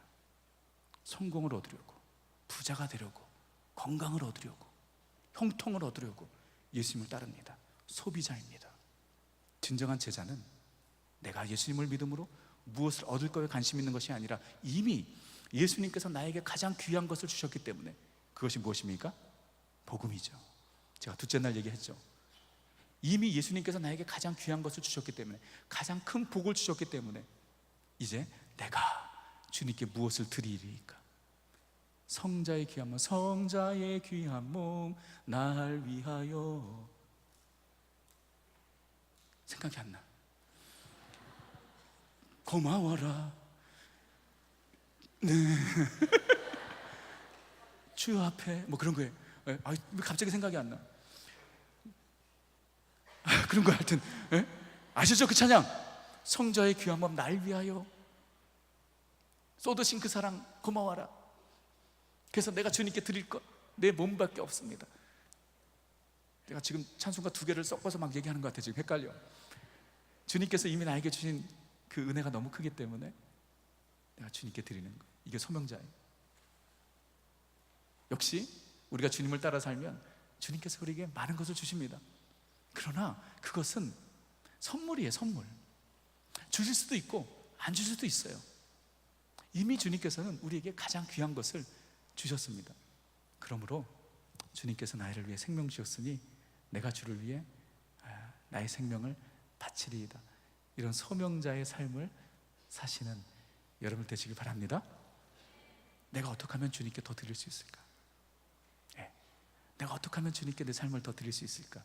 이런 거룩한 고백이 저 여러분에게 있어야 하는 것입니다. 여러분, 목사나 선교사만이 소명자가 아닙니다. 우리 모두가 소명자입니다. 세 번째로, 순교적 영성을 가지고 크리스찬의 삶을 사는 것은요, 헌신된 삶을 사는 것은 주님의 몸된 교회를 위해 헌신하는 것입니다. 세 번째, 교회를 위해 헌신하는 것. 여러분, 교회는 그리스도의 몸입니다. 교회는 이 땅에 예수님께서 세워놓으신 주님의 몸이에요.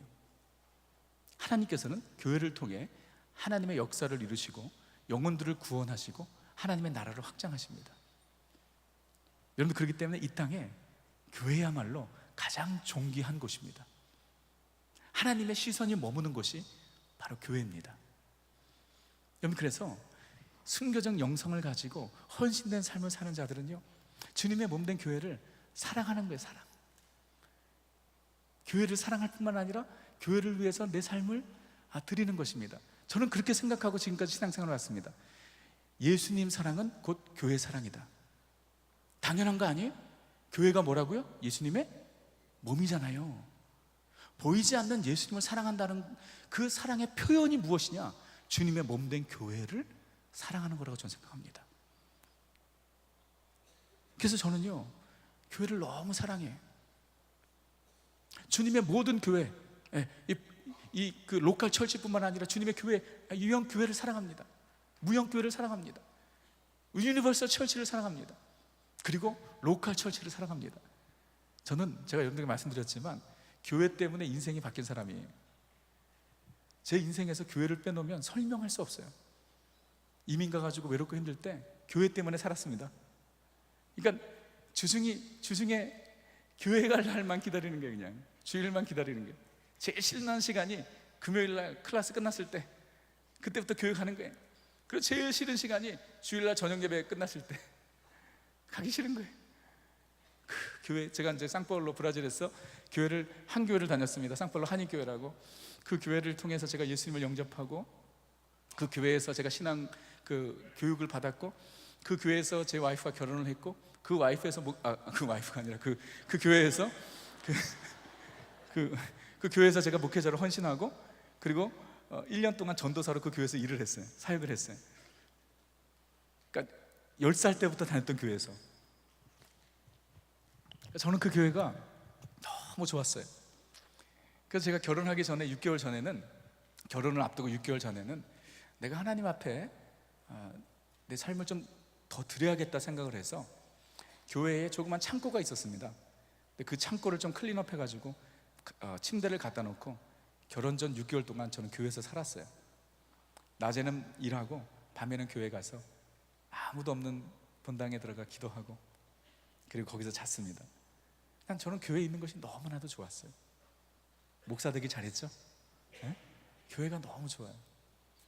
그래서 제가 그렇게 있다가 미국으로 왔어요.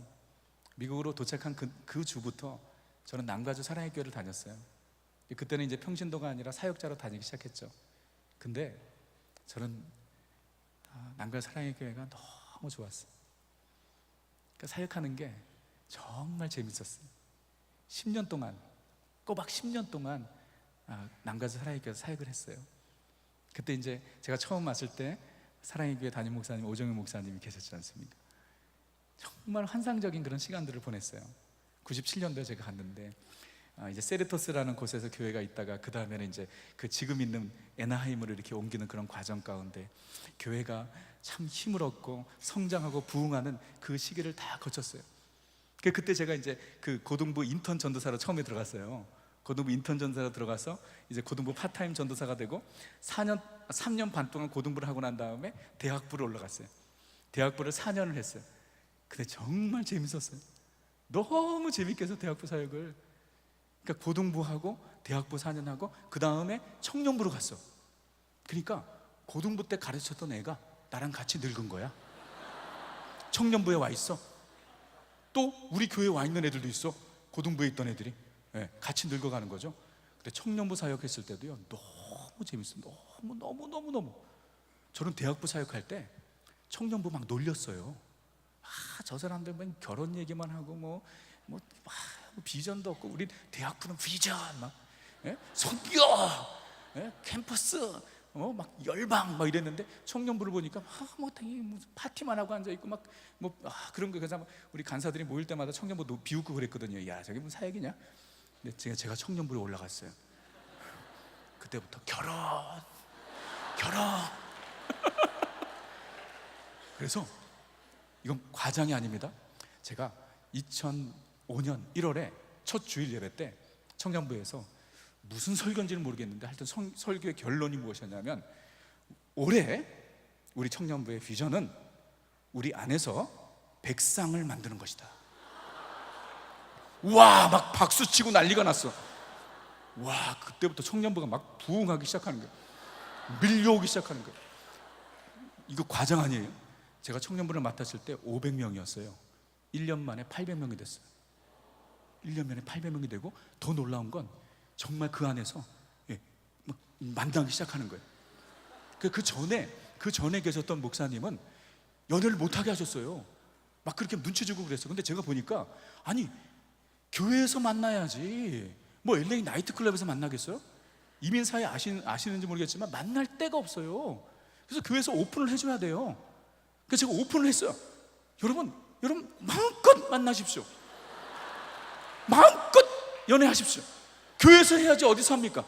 예? 그러니까 만나 봐야지 알지. 매일마다 새벽에 나와서 기도만 하면 뭐합니까? 예? 기도만 하다가 다른 사람한테 뺏기고, 기도가 하다가 다른 사람한테 뺏기고. 그건 아니잖아. 언제까지 그러겠어? 언제까지? 되게 좋아하네. 여기 청년부야 지금? 어? 여기 청년부인가? 근데 너무 심각하거든요. 이민사회는 결혼을 못해요. 그래서 백상 막 그랬더니 막 진짜 여러분 그 해에 50쌍이 결혼했습니다. 난가사랑교회 가서 물어보십시오. 50쌍이 결혼을 하고, 그리고 그 다음에 제가 사역을 하고 청년부를 사역하고 이제 한국으로 왔는데, 그 이후에도 계속해서 그 안에 커플들이 생겨가지고 얼마나 많이 결혼했는지 몰라요. 제가 첫 주례를 31살 때 했습니다. 첫 주례를. 그리고 청년부 사역하면서 제가 주례를 몇십 번 했는지 기억도 못해. 정말 때로는 너무 민망할 때가 있어요. 언제냐면 신랑이 들어오는데 아무리 내가 봐도 내가 더 젊어. 그 민망함 아세요? 그 민망함? 신랑이 들어오는데 아무리 봐도 내가 더 젊어. 주례자가 민폐 주례자. 예. 그리고 사실 저보다 나이 많은 분들도 꽤 있었거든요. 예. 저보다 2살, 3살, 뭐 5살 나이 많은 분들도 제가 주례를 하는 거야. 저는 그래서 하나님께서 아마 저에게 일찍 결혼하게 하신 것 같아. 사람이 결혼을 해야 어른이 되는 거예요. 여러분 결혼 안 하신 30살, 뭐 40살, 여러분 아직 you're baby. 결혼을 해야 돼, 결혼. 그래서 우리 사역자들에게, 우리 대학부 사역자들 만날 때마다 제가 결혼하는 지체들이, 사역자들이 막 결혼에 대한 프레셔를 팍팍 줘. 저는 제가 일찍 결혼해서 그런지 무조건 빨리 결혼해야 돼. 네, 무조건 빨리 결혼해야 돼. 그래서 특별히 요즘 같은 세상에 말이야, 얼마나 유혹이 많습니까? 빨리 결혼하셔야 돼. 그러니까 사실 우리 청년들에게 뿐만 아니라 지금 여러분 대학생, 사실 제가 보니까 가장 좋은 그 만남은 그 대학부에서 만나는 거예요. 야, 지금 제가 이렇게 얘기하면 우리 사역자들 싫어할지 있는지 모르겠지만, 나는 설교하고 가. I'm okay. I don't care. 난 설교하고 가. 그 다음 뭐 목사님들 알아서 하세요. 야, 내 생각만 말하는 거야. 뭐 뒤처리는 여러분들이 하시고. 근데 제가 보니까, 내가 왜 그렇게 얘기하냐면, 제가 대학부 할 때 그 대학부에서는 연애를 못하게 했어요. 대학부는 연애 금지. 예. 간사들 연애 뭐 말도 안 되지. 금지했는데 알고 보니까 지네끼리 다 하고 있었어. 그래가지고 그 대학부에서 커플들이 많이 나왔어요. 근데 제가 보니까 잘 살아. 그러니까 철없을 때 만난 사람들 있죠. 그러니까 이미 이제 30이 되고 말니까 이제 사회생활하고 계산 막 이렇게 빤하고 막 이러면 이제 그 만날 때 어쩔 수 없이 이렇게 따지게 되고 조건을 보게 되거든요. 근데 대학생 때는 아직까지 순수하거든. 뭘 몰라. 아나요? 너무 많이 아나? 그래서 이게 대학생 때 만나서 연애해서 한 2, 3년 정도 있다가 이제 그 결혼을 한 케이스들이 꽤 있어요. 제가 가르쳤던 제자들 중에서도. 근데 지금 저렇게 보게 되면 걔네들이 잘 살아. 네, 걔네들이 잘 살아. 그래서 근데 지금 내가 무슨 설교를 하면서 지금 결혼 세미나 하고 있는 거야 지금? 오늘 그 헌신에 대한 진지한 얘기를 하고 있는데 왜 일로 갔지? 지금 무슨 얘기를 하고 있는 거야 지금? 소명자가 되자 이거야 지금. 소명자가. 근데 소명자와 결혼이 무슨 상관이 있는 거야 지금? 에? 맞아. 그렇게 교회 얘기하다가 그래서 소명자는 아까 두 번째고, 교회를 그렇게 사랑했다 이 말이에요. 교회를 그렇게 사랑했다 이 말이야. 교회를 내가 그렇게 사랑한 거예요. 그래. 난가사랑교회에서 대학부를 그렇게 즐겁게 하다가 청년부를 너무 즐겁게 한 거예요. 근데 그렇게 딱 10년을 채웠어요. 그러니까 난가사랑교회가 나에겐 사역적인 고향이죠. 너무 많은 추억들이 있어요. 너무 사랑해. 그러고 난 다음에 제가 이제 한국으로 올 수 있는 기회가 있었어요. 근데 그때 제가 3개월을 고민을 했습니다. 내가 이 청년부 사역을 놓고 한국으로 갈 것인가. 왜냐하면 너무 좋았기 때문에. 그래서 참 신기하죠. 주중에는요 한국으로 가자 이런 마음이 생겨요. 근데 주일날 청년부 예배 드리고 차 타고 오면 마음이 바뀌어. 내가 어떻게 가나, 내가 이 청년들을 두고 어떻게 가나, 막 이런 생각이 드는 거예요. 3개월 동안 막 고민하다가 12월 달에 특세가 있는데 특세 마지막 날 하나님께서 너무나도 강력하게 말씀을 하셨어요. 가라고. 예. 그래서 제가 청년부를 사임할 때는요 정말 눈물 바다였습니다. 지체들이 운 게 아니라 내가 울었어. 엉엉 울었어요. 그 점을 너무나 좋아서 그래서 서울에 왔어요. 서울에 와가지고 서울 사랑의 교회에서 사역을 시작한 거 아니에요. 정말 여기는 저에게는 성교지죠. 한국을 알지도 못해. 길을 아는 데가 하나도 없어요. 그래서 저는 정말 한국 생활하면서 너무나 감사했던 게 누구냐면 내비게이션 아줌마예요. 그분이 난 너무 감사해. 그 목소리를 들으면 은혜가 돼. 내비게이션 없으면 집 앞도 못 나갔어요. 길을 하나도 모르니까. 여러분 20년 만에 한국에 온 거 아니에요. 처음으로 왔어요. 그러니 뭐가 알겠어요.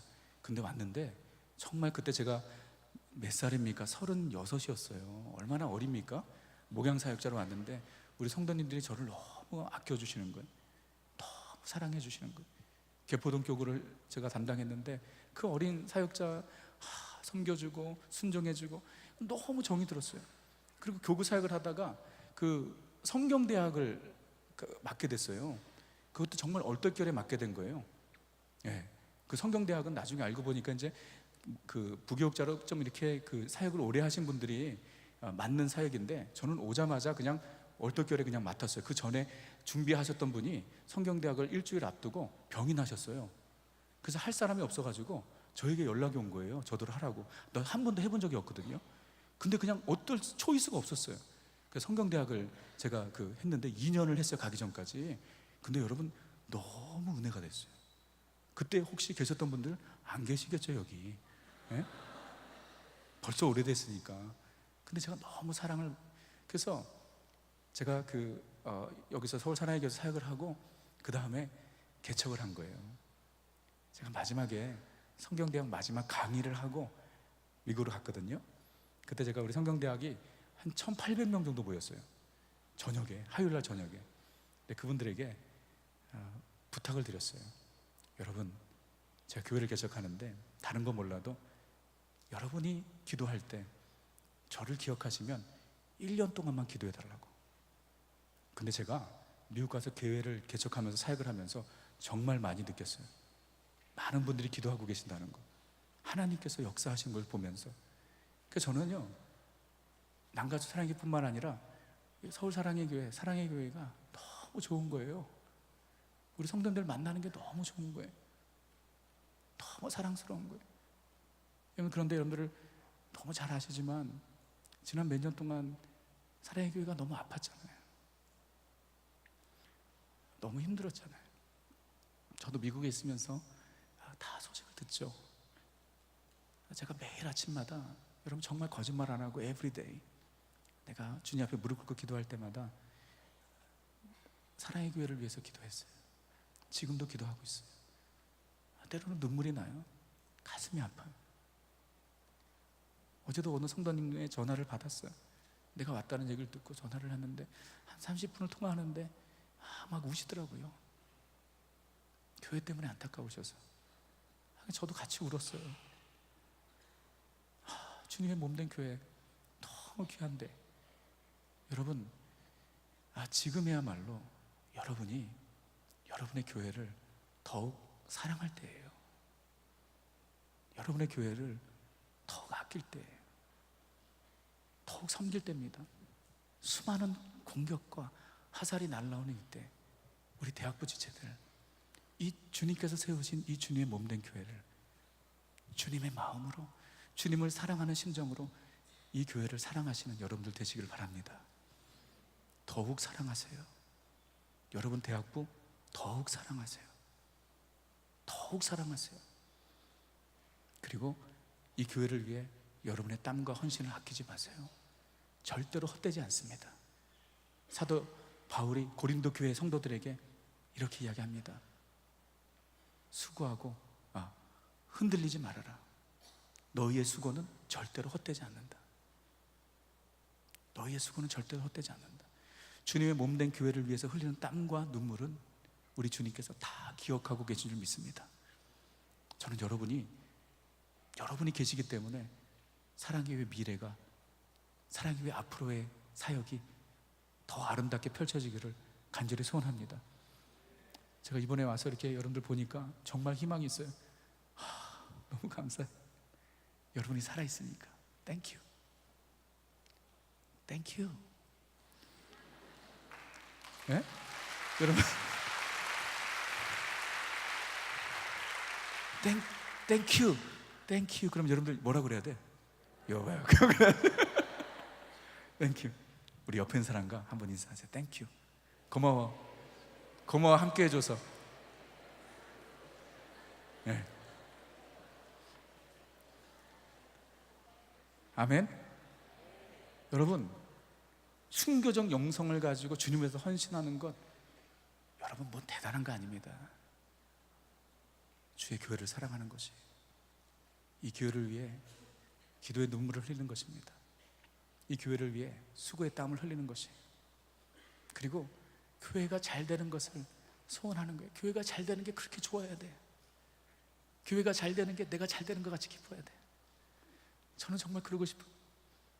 그러다가 서울에서 3년 동안 사역하다가 교회를 개척해서 지금은 디사이플 교회라는 교회를 하고 있는데, 저는 우리 교회를 너무 사랑해요. 너무 사랑해요, 우리 교회를. 그래서 저는요 1년 내내 아무 데도 안 가요. 딱 7월에 집회 있어서 브라질을 가든지 미국을 가든지 한국을 오든지 그 다음 선교 가는 것밖에 없어요. 저는 교회에 있는 게 난 제일 좋아요.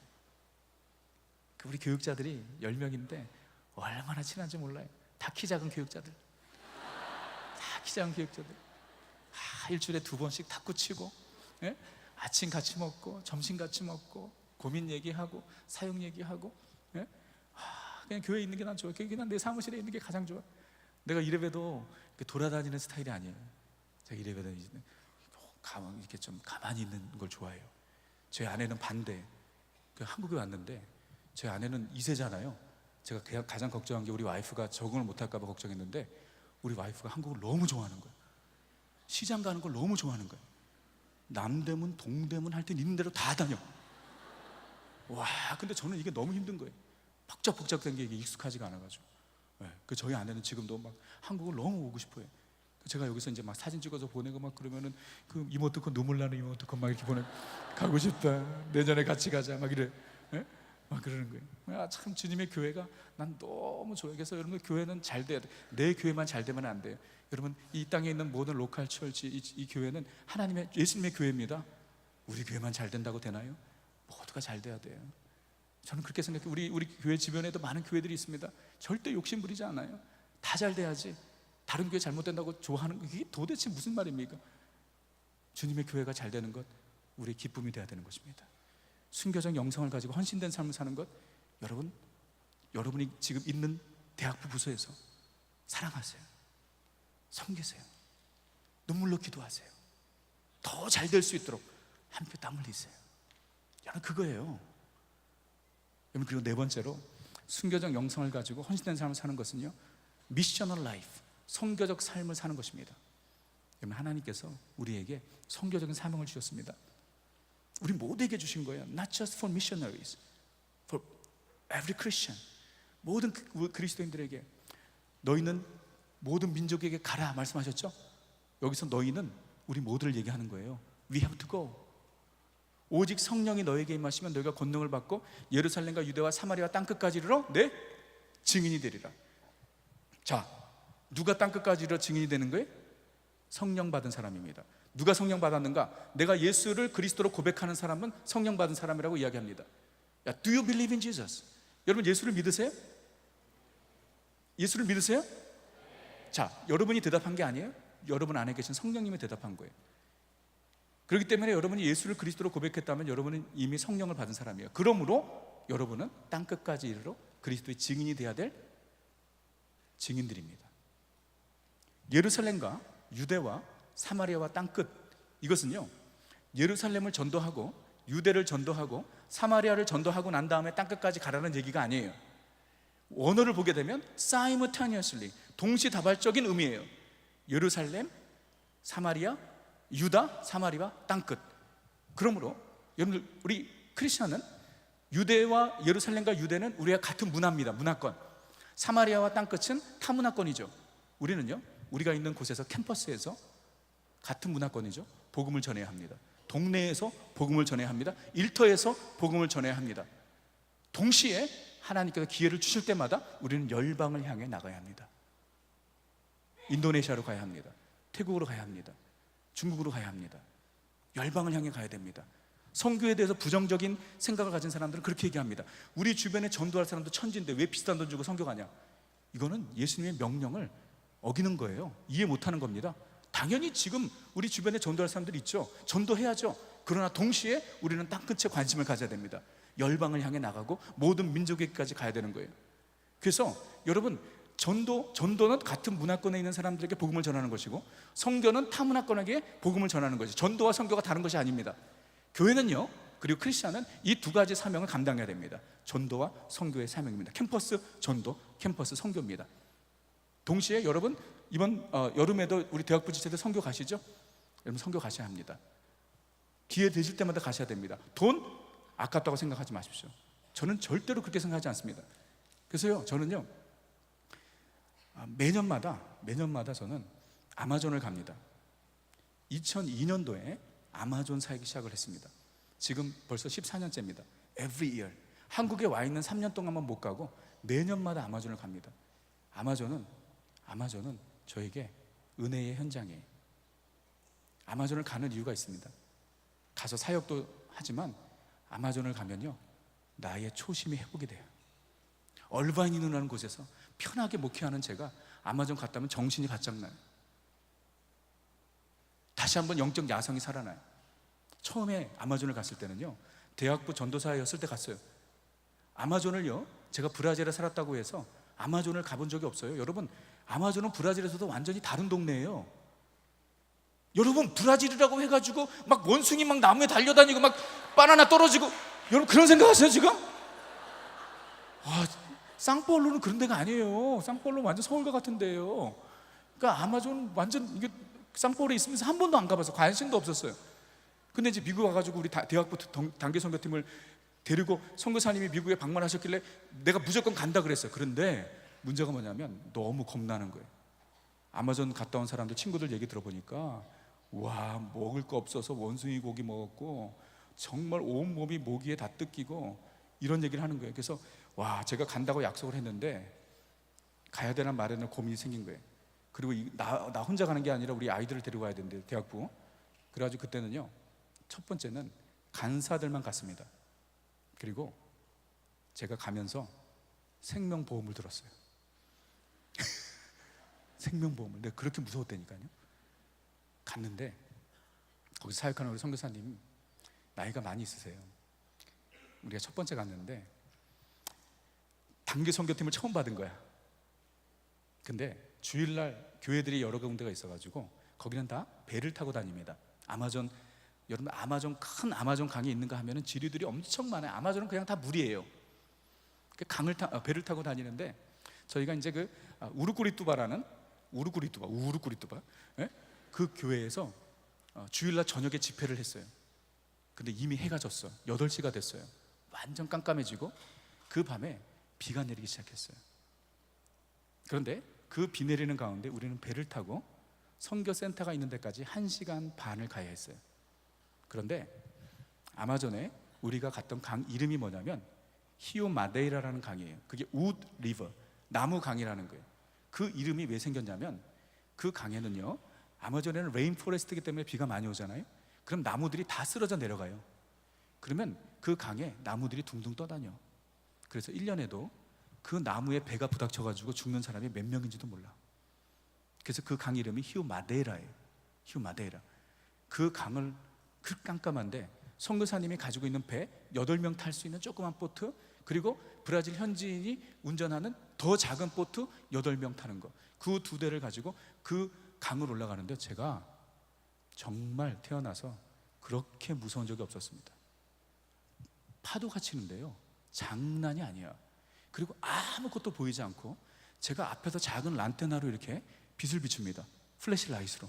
그거 보고 가는데 물이 막 덮치는 거예요. 그리고 선교사님이 구명조끼도 안 주셨어. 구명조끼도 안 주셨어요. 선교사님이 배를 타기 전에 그날 아침에 오리엔테이션을 하면서 우리가 그걸 물어봤어요. 그 라이프가드 구명조끼가 없냐 그랬더니 선교사님이 말씀하시더라고요. 아마존 강엔 빠지면 그냥 죽는 게 낫습니다 그러시더라고요.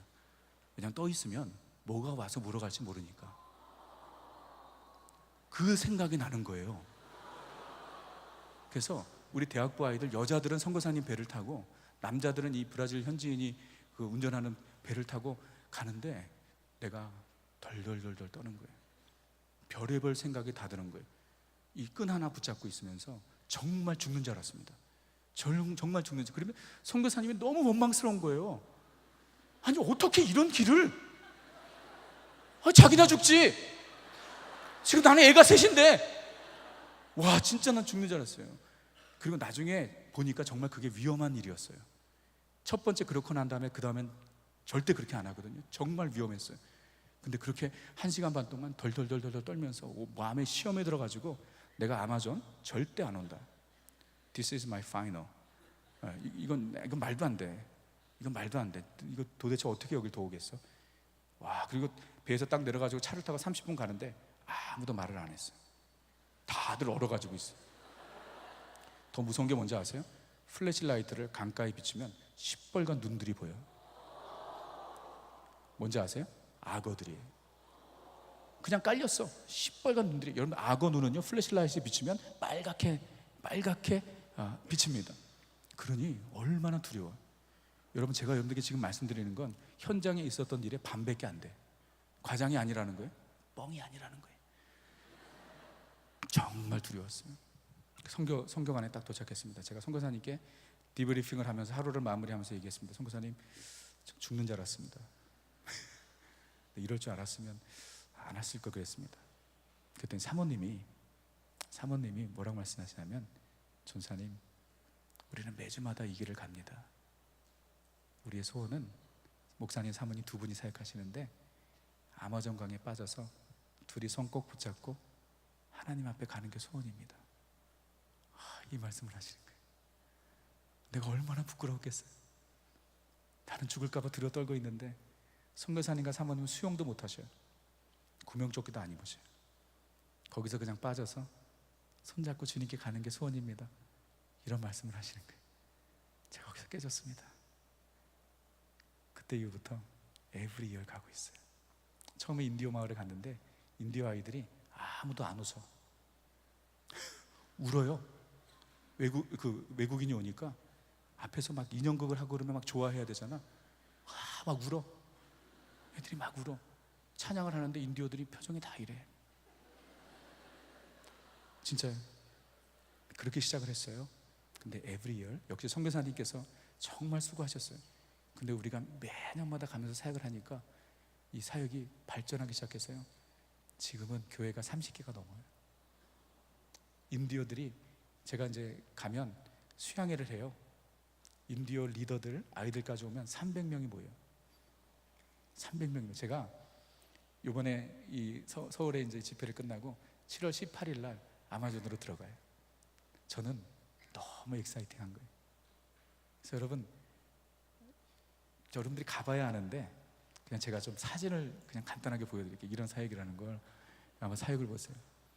저런 배를 타고 인디오 마을로 들어가는 거예요. 배가 좋아 보이죠? 예, 한 3층짜리. 저거는 이제 아까 내가 말했던 배가 아니에요. 예.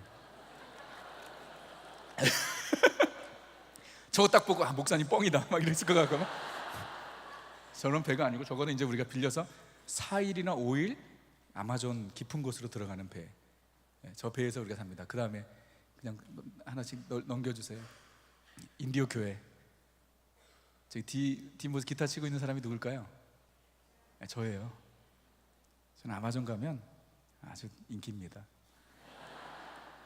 세례를요, 예, 매년마다 세례를 줘요. 세례를 주는데 세례할 데가 없어가지고 저기 물탱크 있죠? 예, 물탱크에다 하는데 우리 선교사님이 얼마나 짓궂으신지 물에 집어넣잖아요. 좀 말 안 듣는 애들이 있으면은요 못 나오게 해. 막 그 세례가 은혜가 돼야 되는데 완전 투쟁이 돼. 그래도 재밌어요. 예, 넘겨주세요. 예, 저기 이제 센터에서 우리가 수양회를 하는 모습이에요. 찬양인도 하고 강의하고 그렇습니다. 계속 넘겨주십시오. 저건 이제 교회예요. 인디오 교회 마을에 들어가면 저런 교회들이 있어 우리가 집회를 합니다. 저 보세요. 작년의 일이에요. 300명이 왔어요. 인디오들이 숫자만이 아니라 완전히 바뀌었어요. 얼마나 기쁨이 있는지 몰라요. 찬양할 때 기름 부으심이 있습니다. 단체 사진 저렇게 모여놓고 집회랑 예배당이 좁아가지고 예배당에 살 수가 없어서 밖에서 이렇게 하는 거예요.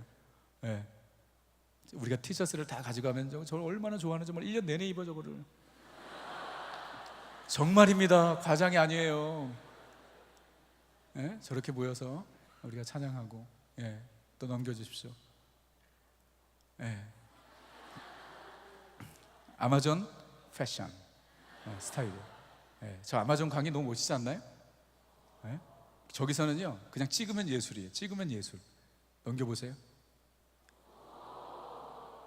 저희가 저 강에 빠져서 수영을 해요. 왜냐하면 아까 그 배를 타고 다니면 샤워장이 없어. 온몸이 땀으로 젖잖아요. 그러면 우리가 목욕할 길이 없어요. 그래서 저기 안에, 저 강 안에 들어가는 수밖에 없어요.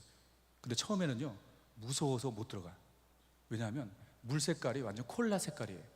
5cm도 안 보여. 안에 뭐가 있는지 몰라. 그리고 아마존에 온 사람들은 모두가 다 영화를 봤기 때문에 아나콘다와 삐랑야만 생각해. 아나콘다와 삐랑야만 생각해. 악어. 그래가지고 못 들어가요. 근데 나중에는 못 견뎌. 땀 때문에. 그래가지고 저 강에 들어가면은요 들어가면 천국이에요. 안 나올라 그래. 구명조끼 입고 우리가 들어가거든요. 들어가가지고 거기서 그 비누로 머리 감고 그리고 몸 씻고 그럼 물이요 따뜻해. 물이 따뜻한데 좀 찝찝해. 밑에 뭐가 지나가는지 몰라. 그 기분 아세요? 그리고 참 신기한 게 강의 그 온도가 위에서부터 아래까지 달라. 위에는 뜨끈뜨끈한데 밑에는 찬물이 지나가. 그 기분 아세요? 근데 그게 얼마나 좋은지 몰라요. 그래서 올해도 이제 저기 들어가죠. 저기 들어가가지고 이렇게 상처가 나면 피가 나면 안 돼. 왜냐하면 아마존 강에 제일 많은 고기가 삐랑야예요. 어디나 다 있어. 삐랑야는 그냥 오지 않아. 피 냄새를 맡고 와요. 그래서 정말 그 교회 생활하면서 마음에 안 드는 사람이 있으면 아마존 강에 빠져가지고 좀 피를 내면 돼. 그럼 삐랑야들이 그냥 맛있게 먹고 끝나. 그래서 제가 농담 삼아 우리 성도님들한테 항상 그렇게 얘기해요. 기분 나쁜 사람 있으면 아마존 같이 가면 된다고. 그래서 뭐 배에 이렇게 쭉 가다가 그냥 쭉 밀어버리면 아무도 안 찾아줘요. 경찰도 없어. 그냥 뭐 끝이야. 천국 가는 거야. 그래서 너무 자연이 너무 아름다운 거. 자연이 너무 그러니까 한번 또 계속 보여주세요. 자연이 너무 아름다운 거. 그리고 배에서 저렇게 자는 거예요. 여러분 저게 좋을까요? 나쁠까요? 죽음이에요. 죽음. 저기서 잔다고 생각해 보세요. 지금 꺾이는데 그리고 배가 좁으니까 저렇게 그냥 뭐 촘촘히 다 그 해막을 치는 거예요. 저게 뭐가 문제냐면 저 끝에 있는 사람이 밤에 잠을 잘 때 아유 피곤해 한번 돌면 모든 해막들이 다 움직여. 다 밤새도록 움직여. 밤새도록. 그래서 저 배에서 딱 내리면은요 계속 이렇게 하고 있어. 며칠 가. 해막이 계속 흔들려. 초롱초롱 이렇게 자니까 때로는 막 2층 3층까지 저게 해막을 쳐가지고 우리가 자요. 요번에는 우리가 23명이 가. 23명이. 그러니까 뭐 얼마나 좁아. 와. 그리고 저기서 코 고는 사람들이 또 뭐 있고 막 그렇잖아요. 그러니까 밤에 첫 밤은 거의 잠을 못 자. 그래가지고 막 죽을라 그래. 그래서 막 자다가 이렇게 나와 있으면 여러 우리 성도님들이 그냥 이렇게 하늘만 쳐다보고 있어. 하늘만 쳐다보고 있어. 밤을 새. 잘 수가 없어. 둘째 날에는 너무 피곤해서 뻗어버려요. 근데 정말 힘들어요. 정말 힘든 사이. 사진 계속 보여줘요. 저게 누군가요? 저예요. 저. 멋있지 않나요? 또 넘겨보세요. 여기 스크린이 그렇게 잘 안 나오죠. 그런데 원래 그 오리지널 보시면 진짜 멋있습니다. 별까지 저기 딱 보여요. 별까지. 우리 저 뒤에 보는 게 낫나? 별을 보세요. 스크린이 그렇게 파워포인트가 좋지 않으니까 나 넘겨보세요. 다예요? 네, 오케이. 그래서 나 지금 7월 18일 날 가요. 근데 제가 여러분들에게 선교를 가야 된다는 이유가 우리가 가서 사역하는 것 너무 중요하죠. 그러나 여러분 선교를 통해 우리의 영적인 야성이 회복되는 거예요. 그래서 제가 3년 전에 아마존 선교를 갔다 오는데 그 해가 너무 더웠어요. 저렇게 아름다운 곳이지만 날씨는 서울의 여름에 가장 더운 날씨가 에브리데이라고 생각하시면 돼요. 정말 미쳐요. 정말 미쳐. 너무 더워서 미쳐. 그래서 제가 그 3년 전에는 와, 내가 이걸 언제까지 하나? 이거 너무 힘들다. 너무 더워가지고. 그래가지고 제가 그 사역을 마치고 오면서 선교사님께 정식으로 얘기를 했어요. 선교사님, 제가 3일 동안 그 수양회를 하거든요. 그거는 이제 선교센터에서 하기 때문에 그런 대로 괜찮아요. 근데 이제 4일, 5일 아까 저기 배를 타고 가면은요, 정말 죽고 싶어요. 두밤 정도 지나고 나면 너무 힘들어. 그래서 제가 선교사님, 제가 내년부터는 수양회만 하고 배선교는 우리 팀만 보내겠습니다.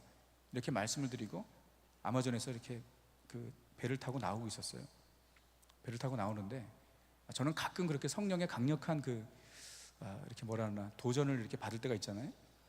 근데 성령님께서, 주님께서 나에게 그렇게 말씀하시더라고요. 야, 너는 1년에 10일 와서 사역을 하는데 못한다고 하느냐? 선교사님 연세가 63세인데 1년 내내 일을 한다. 제가요 무릎을 꿇었어요.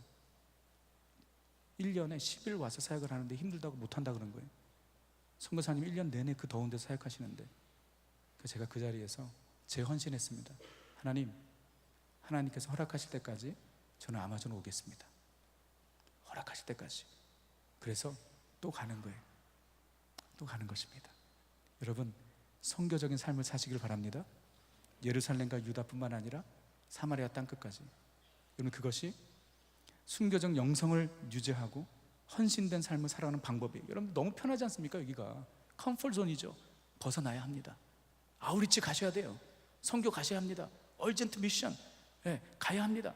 복음을 가진 자들이, 하나님의 은혜를 아는 자들이 열방을 향해 나갈 때 하나님께서 우리 사랑의 교회 대학부를 통해서 이 시대에 아름다운 역사를 이루실 줄 믿습니다. 아멘. 예.